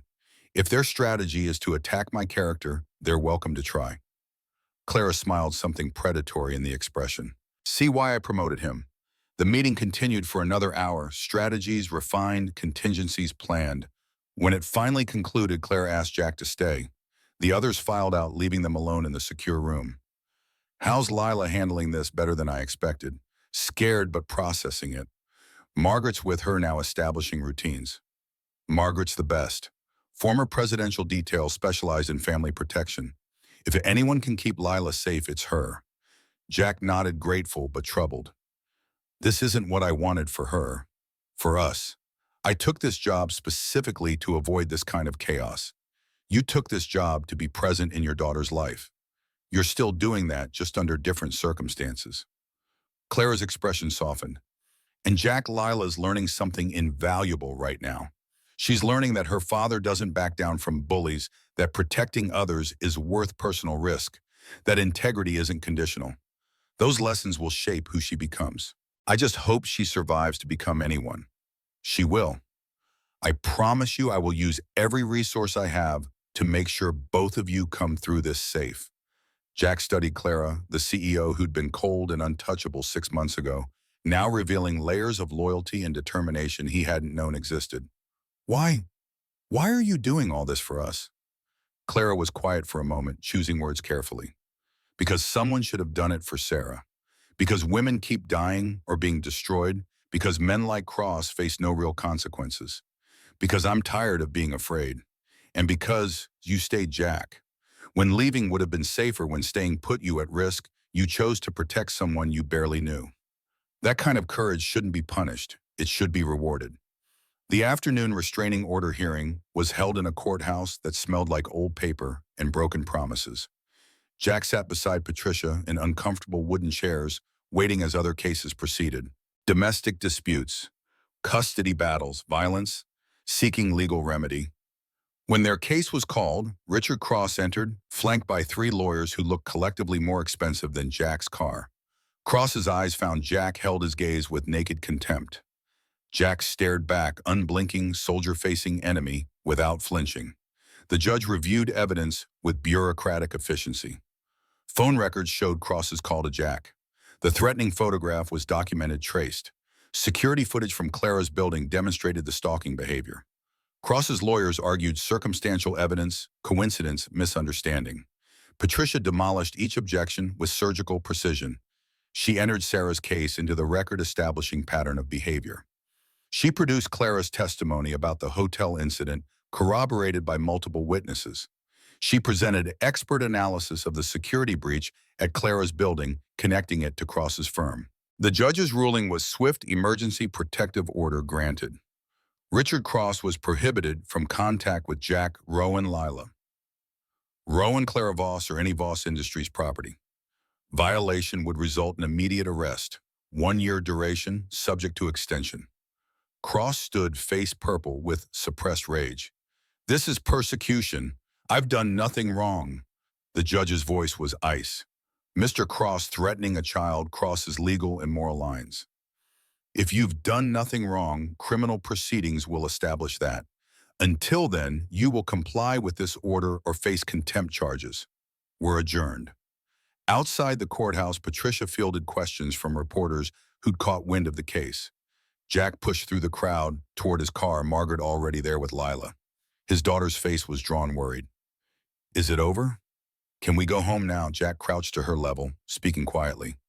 The judge said the bad man can't come near us anymore. If he tries, he gets arrested.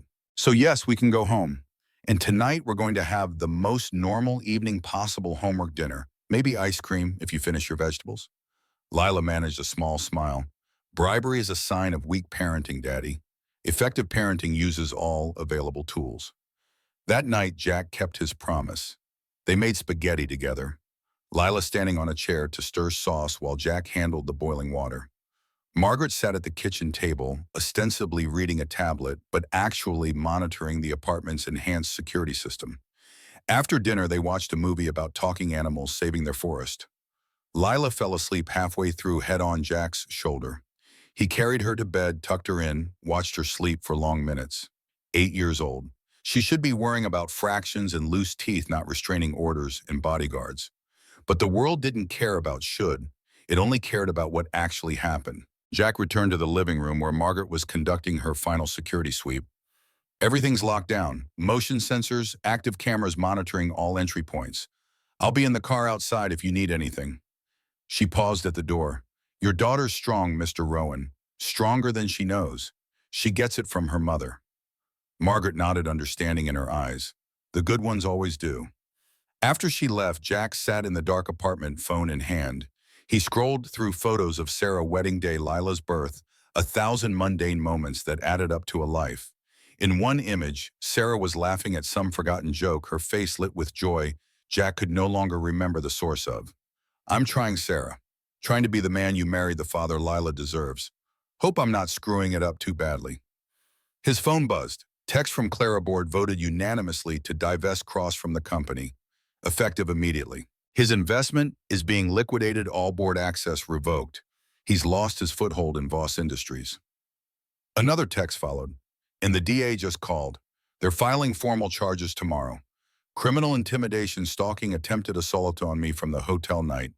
Cross will be arrested within 48 hours. Jack typed back, thank you for everything. Clara's response came immediately. Thank me when it's over. Until then, we keep fighting. Jack set down his phone, allowed himself a moment of satisfaction. Cross was losing. Slowly, systematically, every advantage he'd relied on was being stripped away. Power and money couldn't protect him from documented evidence and public scrutiny. The system was working for once because people had refused to look away. But Jack's military experience had taught him that wounded predators were most dangerous. Cross would strike back. The question was when and how. Jack needed to be ready.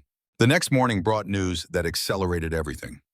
Patricia called at 7 a.m. voice tense. Cross didn't wait to be arrested. He fled. Private jet left Philadelphia at midnight, flight plan filed for the Cayman Islands. Authorities are working on extradition, but it's going to be complicated. Jack felt his stomach drop. So he's just gone free. Not exactly, Patricia's voice hardened. Fleeing makes him look guilty, strengthens our civil case. And the DA is pursuing fugitive warrants, which means if Cross ever returns to the U.S., he faces immediate arrest. He's trapped outside the country, losing money, daily reputation destroyed. That's not freedom, that's exile. What about the other two, Webb and Chen? They're cooperating with prosecutors, providing evidence against Cross in exchange for reduced charges. Turns out when the leader abandons ship, loyalty evaporates quickly. Jack ended the call, processed this development. Cross was gone, but not defeated, exiled, but not imprisoned. It wasn't the clean victory Jack had hoped for, but it was something. Clara was safe. Lila was safe. And Cross would spend the rest of his life looking over his shoulder, waiting for legal consequences to catch up. At breakfast, Lila sensed the shift in Jack's mood. Good news. The bad man left the country. He can't come back without being arrested. So we won. Jack considered how to answer honestly. We survived. We protected each other. We made sure he couldn't hurt anyone else. That's close enough to winning. Mom would say, that's exactly winning. Yeah, she would. That afternoon, Clara called Jack to her office. He found her standing at the window overlooking Philadelphia City, spread below like pieces on a board she'd learned to play with ruthless efficiency. The board wants to present you with a formal commendation. Public ceremony recognition for protecting me and helping expose Cross. She turned to face him. I told them you'd probably hate that. I would. That's what I thought. So instead, I'm implementing the Safe Ride program, effective immediately. Company-funded transportation for any employee who needs it day or night, no questions asked. You'll oversee development and training. We're calling it the Sarah Rowan Initiative. Jack's throat tightened. Clara, you don't have to. Yes, I do. Sarah died because nobody stayed, because systems failed and powerful men faced no consequences. This program means no Voss Industries employee will ever be in that position again. And naming it after Sarah ensures everyone knows why it matters. Thank you. It was inadequate, insufficient, but all Jack could manage. Clara walked to her desk, retrieved a folder. There's something else. Patricia tracked down the investigative files from Sarah's case. The original detective retired, but he kept copies of everything, witness statements the police ignored. Evidence they didn't pursue, names of people who contradicted the official story. Jack's hands trembled as he took the folder. Why are you giving me this? Because you deserve to know what really happened. And because if you want to reopen Sarah's case with this new evidence, I'll provide all legal resources necessary. Clara's voice was gentle but firm. You stayed for me. Let me stay for you. Jack opened the folder, saw Sarah's face in the first photograph. Crime scene photo, clinical and devastating. Below it, statements from witnesses who'd been at the party, who'd seen the men with Sarah, who'd tried to tell the police their suspicions. All of it dismissed, buried, forgotten. I don't know if I can do this. reliving it, fighting again when we just finished fighting. You don't have to decide now. Take the file, read it when you're ready. But know that justice delayed isn't always justice denied. Sometimes it's just justice waiting for the right moment. Jack left Clara's office with the folder under his arm, weight of past and present, compressing into this single collection of papers. In his car, he sat for long minutes staring at the folder, debating. Then he placed it in the glove compartment and started the engine. Today was about surviving. Tomorrow could be about justice. He picked up Lila from school, Margaret following in her vehicle. His daughter was laughing about something Emma had said, normal 8-year-old joy reasserting itself. Jack drove them home, made dinner, supervised homework. After Lila went to bed, he pulled out the folder. Reading it was agony. Each page revealed new details, new failures, new evidence that Sarah's death had been preventable. Witnesses who saw the men spike her drink. A server who tried to intervene. Security footage from the hotel showing Sarah stumbling, being led away by 3 men. The pills found in her system weren't ones she'd ever been prescribed. The investigation that stopped after 48 hours because the men involved had connections, lawyers' money. Jack read until 3 a.m. tears he'd suppressed for years finally breaking through. Sarah had fought. She tried to get help. And the system had failed her at every level, prioritizing powerful men's reputations over a woman's life. At dawn, Jack made a decision. He called Patricia Hawthorne, waking her up not caring. I want to reopen my wife's case. Use the evidence in this folder, everything Clara's team can dig up. Those men killed Sarah. I want them held accountable. Patricia was quiet for a moment. Mr. Rowan, you should know this will be difficult. Evidence is old. Some witnesses may be dead or untraceable. Statute of limitations may have expired on certain charges. But I'll review everything, consult with criminal prosecutors, see what's possible. Just try. That's all I'm asking. After the call, Jack sat at his kitchen table as Philadelphia woke up outside. Somewhere in the Cayman Islands, Richard Cross was probably sleeping in expensive sheets, thinking he'd escaped. But Jack had learned something these past days: escape was temporary. Truth had gravity. Eventually, everyone fell back to earth. His phone buzzed. Text from Clara. I heard you called Patricia. Whatever you need, whatever resources this takes, you have my full support. We finish what we started. Jack texted back. Both fights, Cross and Sarah. We finish both. Clara bound together. That's how we win. Jack looked at Sarah's photograph on the nightstand, her smile frozen in time. He couldn't bring her back. Couldn't undo the past. But he could make sure her death meant something, that the men who'd killed her faced consequences, that other women were protected by systems that had failed Sarah.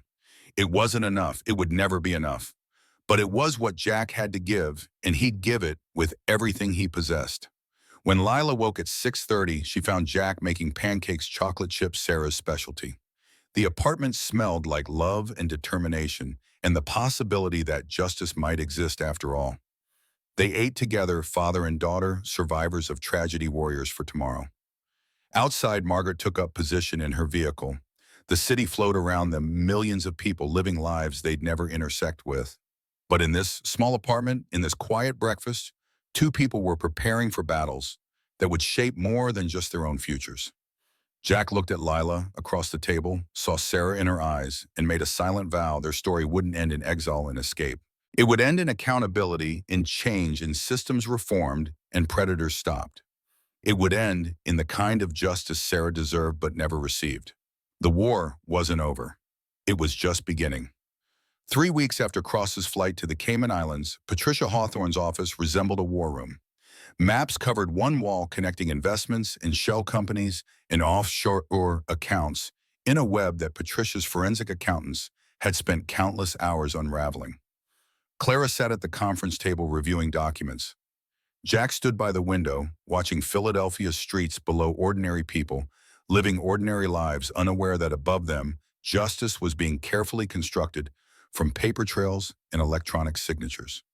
Patricia entered, carrying a thick binder, expression triumphant. We found it. The smoking gun. Clara looked up sharply. Found what Cross didn't just flee prosecution. He embezzled $12 million from his investment fund before leaving. Falsified reports moved money through offshore accounts, left his investors holding worthless paper. Patricia spread documents across the table. Federal securities fraud, wire fraud, money laundering. The SEC is filing charges today. FBI already has warrants. Jack turned from the window. That brings him back. Patricia's smile was sharp as broken glass. Better. Every country with extradition treaties now has legal obligation to return him. Caymans won't harbor a fugitive facing federal charges. He'll be on a plane to Philadelphia within the week in handcuffs, facing decades in prison. Clara's expression was carved from ice and vindication. What about the others, Webb and Chen? Their cooperation bought them reduced charges on the assault attempt. But the financial crimes are different. They were partners in Cross's fund, signed off on documents. They're implicated too. Patricia paused. Webb especially. Turns out his betrayal of you 5 years ago involved similar financial manipulation. We've reopened that case. Jack watched Clara's face as she processed this information. 5 years of walls of isolation, of refusing to trust all of it, built on Marcus Webb's betrayal. Now that betrayal was unraveling into criminal consequences. There was justice in that, bitter and necessary. When do we go public? Clara's voice was controlled. CEO making strategic decisions. Press conference tomorrow. Federal prosecutors want you there. Victim impact corporate governance angle. Jack too, if he's willing. Patricia looked at him. Your testimony about the threats, the stalking, it humanizes the case. Shows Cross isn't just a white-collar criminal, but a predator. I'll be there. The next morning, Philadelphia's federal buildings swarmed with media. News vans lined the street, reporters jockeying for position. Cameras pointed at the building's entrance like weapons waiting to fire. Jack arrived early with Clara, both dressed in their professional armor. Her in navy power suit, him in the black suit he'd worn through everything. Inside, federal prosecutors briefed them on messaging. Stay factual, don't speculate, let the evidence speak. Assistant U.S. Attorney Monica Richardson was 45, sharp-eyed and sharper-tongued, the kind of prosecutor who'd built her career on taking down people who thought themselves untouchable. She reviewed their statements, corrected phrasing, ensured they understood the legal boundaries. At 10 a.m. they walked into the press conference. Cameras flashed like lightning. Questions erupted before anyone reached the podium. Richardson raised a hand, silence gradually settling. Today, federal authorities have filed multiple charges against Richard Cross, Marcus Webb, and David Chen. Securities fraud, wire fraud, money laundering, criminal intimidation, attempted assault. Richardson's voice was steel-wrapped in legal precision. These men use their positions of power and wealth to victimize investors, employees, and vulnerable individuals. They believed their money would protect them. They were wrong. She introduced Clara. The CEO stepped to the microphone, face composed, voice steady. 3 weeks ago, Richard Cross attempted to sexually assault me at a corporate event. When my driver intervened, Cross threatened his 8-year-old daughter to silence our testimony. When that failed, he embezzled millions and fled the country. Clara paused, letting the statement sink in. Today we're here to say that power doesn't equal immunity, that wealth doesn't purchase justice, that women and children deserve protection from predators regardless of how expensive their lawyers are. Reporters erupted with questions. Clara answered with surgical precision, never wavering, never showing weakness. Jack stood to the side, watching her transform personal violation into public declaration, weaponizing vulnerability into strength. When Clara finished, Richardson gestured Jack forward. He stepped to the microphone, uncomfortable with the attention, but understanding its necessity. My name is Jack Rowan. I'm a father, a veteran, and an employee of Voss Industries. 3 weeks ago, I witnessed Richard Cross attempt to assault my employer. When I intervened and provided testimony to police, Cross threatened my daughter's safety. He sent photographs of her to my phone. He called with veiled warnings about child protective services and accidents. His voice remained level, factual. I'm here because no child should be threatened for their parents' courage. No woman should be assaulted because powerful men feel entitled to their bodies. And no predator should escape consequences simply because they can afford a plane ticket. The room fell silent. Then questions, dozens of them, overlapping and urgent. Jack answered what he could, deflected what he couldn't, maintain the controlled composure that military training had burned into his nervous system. After 40 minutes, Richardson ended the conference. Jack and Clara were escorted out through a side entrance, away from the media frenzy. In the car, Clara exhaled shakily, adrenaline draining and leaving her pale. That was harder than I expected. Jack pulled into traffic, eyes scanning for threats out of habit. You did well. Better than well. You gave other victims permission to come forward. Clara's phone buzzed. She checked its expression, shifting from exhaustion to disbelief. It's starting. 3 women just contacted my office. They have similar stories about Cross about Webb. They saw the press conference and want to testify. Jack glanced in the rearview mirror, meeting Clara's eyes. That's what courage looks like. You stood up so they could stand up. By evening, the number had grown to 7 women. By the next morning, 15. Each with their own story of assault harassment threats. Each having stayed silent because Cross's power had seemed insurmountable. Clara's press conference had shattered that illusion, proved that even the powerful could fall. Patricia Hawthorne's office became coordination center for the growing case. Statements were taken, evidence collected, patterns documented. The federal case against Cross expanded from financial crimes to include multiple counts of sexual assault, criminal intimidation, witness tampering. If convicted on all charges, he faced life in prison. 1 week after the press conference, Cross was arrested at his Cayman Islands compound. Photographs showed him in handcuffs being led to an FBI plane, his face no longer arrogant, but hollowed by fear. Jack saw the images on the news and felt nothing. No satisfaction, no vindication, just weary acknowledgement that justice moves slowly but sometimes actually arrived. Clara called him that evening. He's being arraigned tomorrow. Bail hearing. Prosecutors are arguing flight risk given his previous escape. Will you attend? I think I need to see him in that courtroom in chains facing consequences. Clara's voice was quiet. Will you come with me? Yes, the courtroom was packed. Victims, reporters, curiosity seekers drawn to the spectacle of power dismantled. Jack and Clara sat in the front row, separated from Cross by wooden barriers and the weight of everything he'd done. When guards brought Cross in, Jack studied the man who'd threatened his daughter. Cross looked smaller, somehow diminished by orange jumpsuit and shackles authority stripped away to reveal the frightened predator beneath. The judge denied bail. Flight risk, danger to witnesses, severity of charges. Cross would remain imprisoned until trial. His lawyers protested, argued, cited precedents. The judge remained unmoved. Richard Cross had fled once. The court wouldn't give him opportunity for a second escape. As guards led Cross away, he looked at Clara and Jack. His eyes held hatred, impotent and desperate. Jack met his gaze without flinching, soldier assessing defeated enemy. Cross looked away first. Outside the courthouse, Clara stopped on the steps. It's really over. He can't hurt anyone anymore. The trial's still coming. He'll fight, but he'll lose. Clara's voice held certainty Jack hadn't heard before. The evidence is overwhelming. The witnesses are credible, and his flight destroyed any sympathy he might have had. He's done. Jack nodded, allowing himself to believe it. Then we focus forward, on the program, on making sure this doesn't happen to anyone else. That night, Jack returned home to find Lila at the kitchen table with Margaret working on a school project about heroes. Lila's poster board displayed photographs and hand-drawn images, firefighters, doctors, teachers. And in the center, a photograph Jack hadn't known she'd kept him in his army uniform, younger before Sarah's death had aged him. Daddy Lila looked up, face bright. I'm doing my project on heroes. Miss Torres helped me find these pictures. Margaret smiled from across the table. She wanted to include you. I hope that's okay. Jack sat beside Lila, studying the poster. I'm not a hero, sweetheart. I just did what anyone should do. Lila's expression turned serious, Sarah's wisdom looking out from her 8-year-old face. That's what makes you a hero, Daddy. You think everyone would do it, but they don't. You do. That's the difference.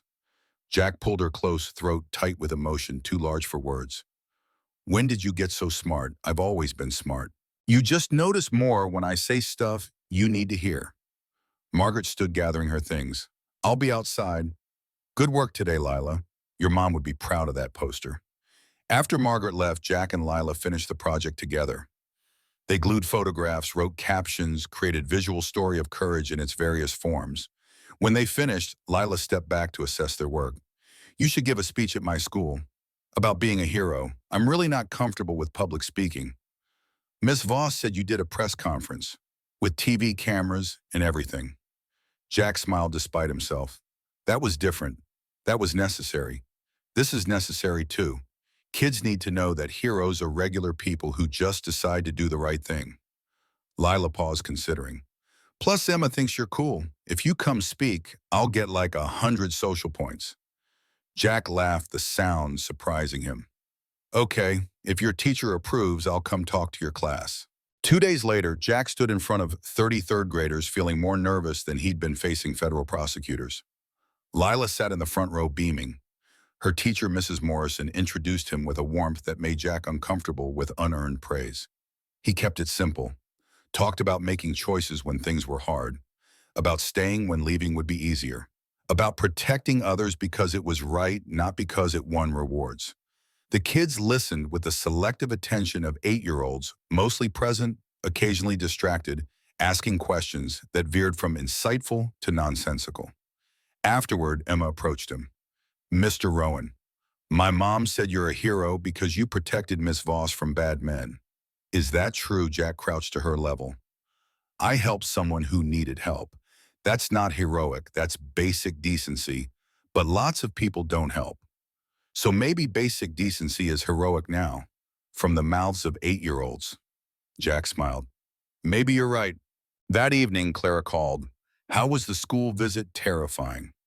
Jack was making dinner, phone wedged between shoulder and ear. Third graders are tougher audience than federal prosecutors. Clara laughed, the sound genuine and unguarded. I'm hosting a dinner next week.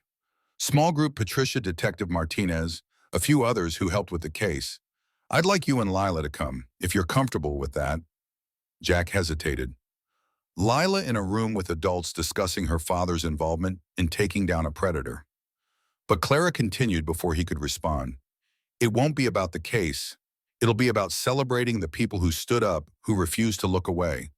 And I think Lila should see that her father's courage created community, not just consequences. All right, we'll be there. The dinner was held at Clara's apartment, the same space where Jack had kept vigil weeks ago. But the atmosphere had transformed.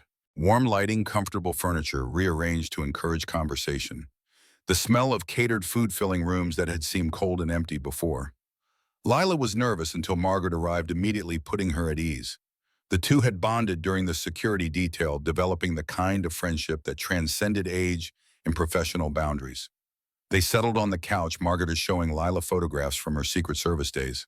Patricia arrived with her husband, a quiet professor who taught philosophy and seemed bemused by his wife's courtroom ferocity. Detective Martinez brought his teenage daughter, introducing her to Jack with obvious pride. Monica Richardson, the federal prosecutor, came alone, bringing expensive wine and dry humor that kept the conversation moving. They ate at Clara's dining table, expanded to accommodate everyone, passing dishes, family style. Lila sat between Jack and Clara, eyes wide at being included in an adult gathering. The conversation ranged across topics. Martinez's daughter's college applications, Patricia's husband's upcoming book, Margaret's retirement plans. After dinner, Clara stood and raised her glass. To everyone here, thank you. Not just for helping with the case, but for restoring my faith that good people still exist. That courage isn't extinct. That standing up matters. They drank. Then Martinez raised his glass. To Jack Rowan, who proved that doing the right thing doesn't require a badge, just a conscience and willingness to act. More toasts followed, warmth and wine, loosening tongues and breaking down professional distance. Jack found himself talking to Martinez's daughter about military service, answering her questions about deployment with honesty, tempered by awareness of her age. Patricia's husband engaged Lila in debate about what made someone brave, listening to her 8-year-old philosophy with genuine interest. Later, as dishes were cleared and coffee served, Clara pulled Jack aside to her balcony. City lights spread below Philadelphia at night, both beautiful and brutal. I'm scared. Clara's admission was quiet, vulnerable. The trial starts in 3 months. Cross's lawyers are already filing motions trying to exclude evidence, attacking witnesses' credibility. What if we lose? We won't. Jack's voice held certainty he had learned to trust. The evidence is overwhelming. 15 women testifying, security footage, phone records. His flight alone demonstrates guilt. Juries understand that innocent people don't run. But what if Clara turned to face him? What if money wins again? What if powerful men protect their own? What if Sarah's case taught us that the system only works for people with resources? Jack was quiet, acknowledging the fear beneath her questions. Then we fight harder. We use resources. We have a your platform. Patricia's firm federal prosecution. We make the cost of protecting Cross higher than the cost of convicting him. And we trust that 15 women's voices are louder than one man's money. Clara nodded slowly. When did you become so optimistic? I'm not optimistic. I'm determined. There's a difference. They stood in comfortable silence, breathing cold December air, watching the city that had witnessed their battle. Behind them, through the glass doors, Lila's laugh rang out at something Margaret had said. Normal life knitting itself back together after trauma's disruption. I'm accepting the promotion. Jack's statement surprised himself, the decision forming as he spoke. Director of Safety, I'll oversee the Sarah Rowan Initiative, develop training programs, make sure no employee faces what you faced. Clara's smile was brilliant, unguarded. I'm so glad. You'll be incredible at it. I'm terrified I'll fail. That I'm not qualified, that I'm just a driver pretending to understand corporate safety. You kept me alive when trained security would have failed. You protected your daughter against a predator with unlimited resources. You testified despite threats that would have silenced most people. Clara's voice was firm. You're not pretending anything. You're exactly who this job needs. Inside, Patricia was organizing charades, splitting the group into teams despite protests. Lila nominated Jack for their team, Margaret and Martinez's daughter joining them. The game devolved into laughter and terrible pantomimes, serious adults temporarily abandoning dignity for joy. Jack watched Lila acting out some movie he didn't recognize, her face animated with delight. This was what he'd wanted when he took the mob 6 months ago, moments of normalcy for his daughter, spaces where she could just be a kid. The path to get here had been brutal, marked by threats and fear and confrontations with evil. But they'd arrived. Lila was safe, laughing, surrounded by people who'd fought for her protection. The evening ended, late guests departing with hugs and promises to stay connected. Jack carried sleeping Lila to the car, Margaret following to ensure their safe departure. In the back seat, his daughter stirred, mumbled something incoherent. Did you have fun, sweetheart? Best dinner ever. Lila's voice was thick with sleep. Miss Clara's nice. I like her. Me too. Are you going to marry her? Jack nearly drove off the road. What? No, we're just friends, colleagues. Lila was asleep again before he finished protesting. Jack glanced in the rearview mirror at Margaret, who was studiously pretending she hadn't heard. 8-year-olds had no filter and too much insight. 3 months passed in preparation for trial. Jack balanced his new role, officially Director of Safety, though still transitioning from driving duties, with testimony prep and Lila's increasingly busy schedule. The Sarah Rowan Initiative launched quietly, vans marked with discreet logos, drivers trained in threat assessment and victim support. In the first month, the program assisted 47 employees, preventing 3 potential assaults and providing safe transport for dozens of others. Clara threw herself into work with renewed intensity, using the company as vehicle for change. She implemented zero-tolerance harassment policies, mandatory bystander intervention, training, anonymous reporting systems. Voss Industries became case study in corporate responsibility, featured in business journals and ethics courses. The trial began on a cold March morning.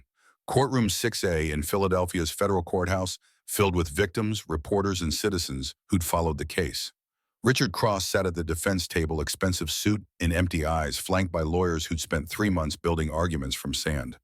The prosecution's case was methodical, devastating. Monica Richardson entered evidence with surgical precision, security footage from the hotel phone records of threats, testimony from 15 women Cross had victimized over 2 decades. Each piece built on the last, constructing narrative of serial predation, enabled by wealth and protected by power. Jack testified on day 3. Richardson led him through the night at the hotel, the threats against Lila, the photographs sent to his phone. Cross's lawyers attacked on cross-examination, suggesting Jack had fabricated everything for attention, for money, for 15 minutes of fame. Jack remained calm, answering each question with factual precision. His military record spoke for itself. His financial situation, modest but stable, undermined claims of monetary motivation. And his daughter's terrified face in that photograph destroyed any suggestion he'd invented the threat. Clara testified on day 5. She described the hotel evening, the men's behavior, waking in her apartment with no memory. Cross's lawyers tried to paint her as vindictive ex-lover seeking revenge. Patricia objected before Clara could respond. Judge sustained, but the accusation hung in the air like poison. On redirect, Richardson asked simple question. Miss Voss, what's your motivation for being here today? Clara looked directly at the jury. To prevent this from happening to anyone else. To show that powerful men can face consequences. To honor women who didn't survive their assaults. Her voice broke slightly. And to prove that staying silent protects predators while speaking up protects victims. The trial lasted 3 weeks. Closing arguments were delivered on a Friday afternoon, March sun streaming through courthouse windows. The jury deliberated through the weekend, returning Monday morning with verdicts. Guilty on all counts, securities fraud assault, intimidation, witness tampering. Richard Cross would spend the rest of his life in the prison. His wealth and power finally encountering accountability they'd evaded for decades. Clara sat beside Jack in the courtroom, tears streaming down her face. Patricia squeezed her hand. Behind them, the 15 women who testified held each other, crying and laughing simultaneously. Justice had arrived late, imperfect, incomplete, but real. Outside, media swarmed. Richardson gave brief statement about justice prevailing, about gratitude to victims for their courage. Clara declined to speak, still processing. Jack simply said, "Today proves that doing the right thing matters." That's enough. 6 months later, on a warm September evening, the Sarah Rowan Initiative held its official launch event. City Hall steps were crowded with employees, survivors, advocates. Clara stood at the podium, Jack beside her, both wearing formal attire that still felt uncomfortable after months of preparation. 1 year ago, something happened that changed my life. I was vulnerable, alone, in danger. Clara's voice carried across the crowd. And one man stayed, not because he had to, not because he'd be rewarded, but because it was the right thing to do. She looked at Jack. Some heroes wear capes, some wear badges. Mine wore humility. Applause rippled through the crowd. Clara continued describing the program's success. 200 employees assisted in 6 months partnerships with other companies, adopting similar initiatives, legislative proposals for mandatory corporate safety programs. Then Jack stepped to the microphone. He'd prepared remarks, but set them aside, speaking from the heart instead. I'm not a hero. I'm just a father trying to teach his daughter right from wrong. His voice steadied as he found his message. My wife Sarah died because nobody stayed, because people looked away. I started this job promising myself I'd never look away again. He paused, locating Lila in the crowd standing with Margaret. This program isn't about me, it's about Sarah. It's about every person who needed help and didn't get it. It's about making sure that from now on, someone will always stay. The crowd rose to their feet, applause thundering. Jack stepped back, overwhelmed, seeking Lila's face. She was crying, proud tears streaming down her 9-year-old face. She mouthed words he could read. I love you, Daddy. After the speeches and photos, Jack found quiet corner where Lila and Margaret waited. His daughter threw herself at him, hugging fiercely. That was the best speech ever. Jack laughed, lifting her. I just told the truth. That's what made it good. Lila pulled back, studying his face with Sarah's perceptive eyes. Mom would be so proud. I am too. Clara approached, having escaped the remaining press. Amazing speech, both of you. Jack set Lila down, suddenly aware of his daughter's knowing smile. Thank you. For believing in this, for making it real. We made it real together. Clara crouched to Lila's level. Your dad's pretty special. You know that I know. Lila's expression turned serious. Are you taking care of him because he's really good at taking care of everyone else, but forgets about himself sometimes? Clara's eyes met Jack's over Lila's head. Something passing between them, understanding possibility, the complicated navigation of two people learning to trust after trauma. I'm working on it. The launch event transitioned to informal gathering. Jack found himself talking to survivors the program had helped, hearing their stories, understanding the impact his choice to stay had created. Each conversation reinforced the lesson he'd tried to teach. Lila, individual actions mattered. Courage was contagious. Standing up gave others permission to stand up too. Later, after most guests had departed, Jack stood with Clara and Lila at the top of City Hall steps. Philadelphia spread below city lights, reflecting off rivers and buildings, millions of lives unfolding in darkness, punctuated by illumination. What happens now? Clara's question was quiet, contemplative. Now we keep going. Jack's answer was simple. We expand the program, train more people, partner with more companies. We make sure Sarah's death means something. Impersonally, Jack glanced at Lila, who was pretending not to listen while absolutely listening. Personally, I figure out how to be director of safety, single father, and maybe something resembling happy. Not necessarily in that order. Clara smiled, the expression transforming her face into something younger, lighter. Sounds like a good plan. They stood together as the city breathed around them, three people bound by trauma and choice, and the hard-won knowledge that darkness could be fought with small lights accumulated over time. Jack thought about Sarah, about the promise he'd made to honor her memory. This program, this moment, Lila's pride, it was all part of keeping that promise. His phone buzzed. Text from an unknown number. "Hi, this is Melissa. I'm being followed from a bar. Can you help?" Jack's instincts sharpened immediately. He pulled up the Safe Ride app, saw Melissa's location blinking red, already typing a response when Clara looked over his shoulder. "First real-time call." Jack nodded, texting. "Stay on public streets. Don't go home. I'm sending a car now. What's your location?" Clara pulled out her own phone, dispatching the nearest Safe Ride vehicle. ETA 5 minutes. Driver's name is Carlos, former police, excellent at threat assessment. Jack continued texting with Melissa, keeping her calm, gathering information. The follower was male 40s, had been at the same bar, now walking 20 feet behind her on Market Street.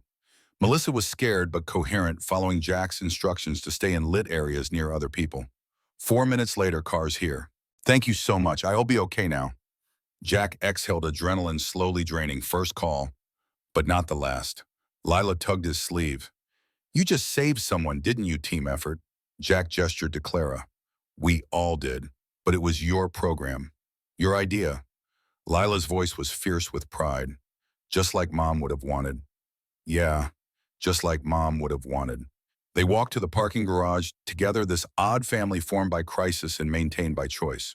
Margaret met them at Jack's car, having monitored the whole evening from respectful distance. "Everything good." "Everything's good." Driving home through quiet streets, Lila fell asleep in the back seat. Jack glanced at her in the rearview mirror, this perfect, impossible child who carried Sarah's wisdom and Jack's determination. He'd spent 3 years terrified of failing her, of being inadequate parent, of letting her down the way he'd let Sarah down. But tonight, listening to survivors thank him, watching Clara coordinate rescue in real time, seeing Lila's proud tears, Jack understood he hadn't failed. He just kept going, kept staying when leaving would be easier, kept choosing right over comfortable, kept being the man Sarah had married, the father Lila deserved. At home, Jack carried Lila to bed, tucked her in with her stuffed rabbit. She stirred, mumbled, "Love you, Daddy. Best hero ever. Just a father, sweetheart. Just trying my best." Same thing. Jack stood in her doorway, watching her sleep, Sarah's photograph on the dresser, catching streetlight from the window. 3 years ago, Sarah had died because nobody stayed. Tonight, Melissa lived because someone did. That was the difference Jack had fought to create, simple, profound, essential. His phone buzzed. "Clara, thank you for everything, for staying then, for fighting now, for being exactly who you are." Jack typed back, "Thank you for seeing it, for building something from tragedy, for turning pain into protection." A pause, then dinner this week. Just us, no case, no program, just two people trying to figure out what comes after surviving. Jack stared at the message, heart accelerating.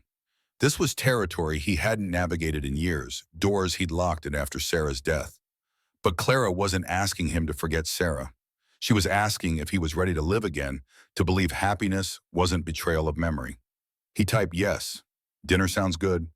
Jack set down his phone, walked to his bedroom, lay down on the bed he'd bought after Sarah died, because sleeping in their shared bed had felt impossible. Tomorrow he'd respond to more Safe Ride calls, train more drivers, expand the program into new territories. Tomorrow he'd help Lila with homework and have dinner with Clara and continue building the life Sarah would have wanted for them. But tonight, lying in darkness, listening to Philadelphia's ambient noise, Jack allowed himself to believe what Lila had said, that basic decency was heroic when so many people chose otherwise. That staying mattered, that integrity was still the highest rank, and that sometimes surviving meant living with purpose, loving without fear, protecting others because Sarah hadn't been protected. It meant teaching Lila through actions that courage was choice, that justice was possible, that good people still existed if you refused to stop being one. Jack closed his eyes, exhaustion finally claiming him. His last thought before sleep was Sarah's face, her smile, her voice saying what he needed to hear. I'm proud of you. Keep going. Stay.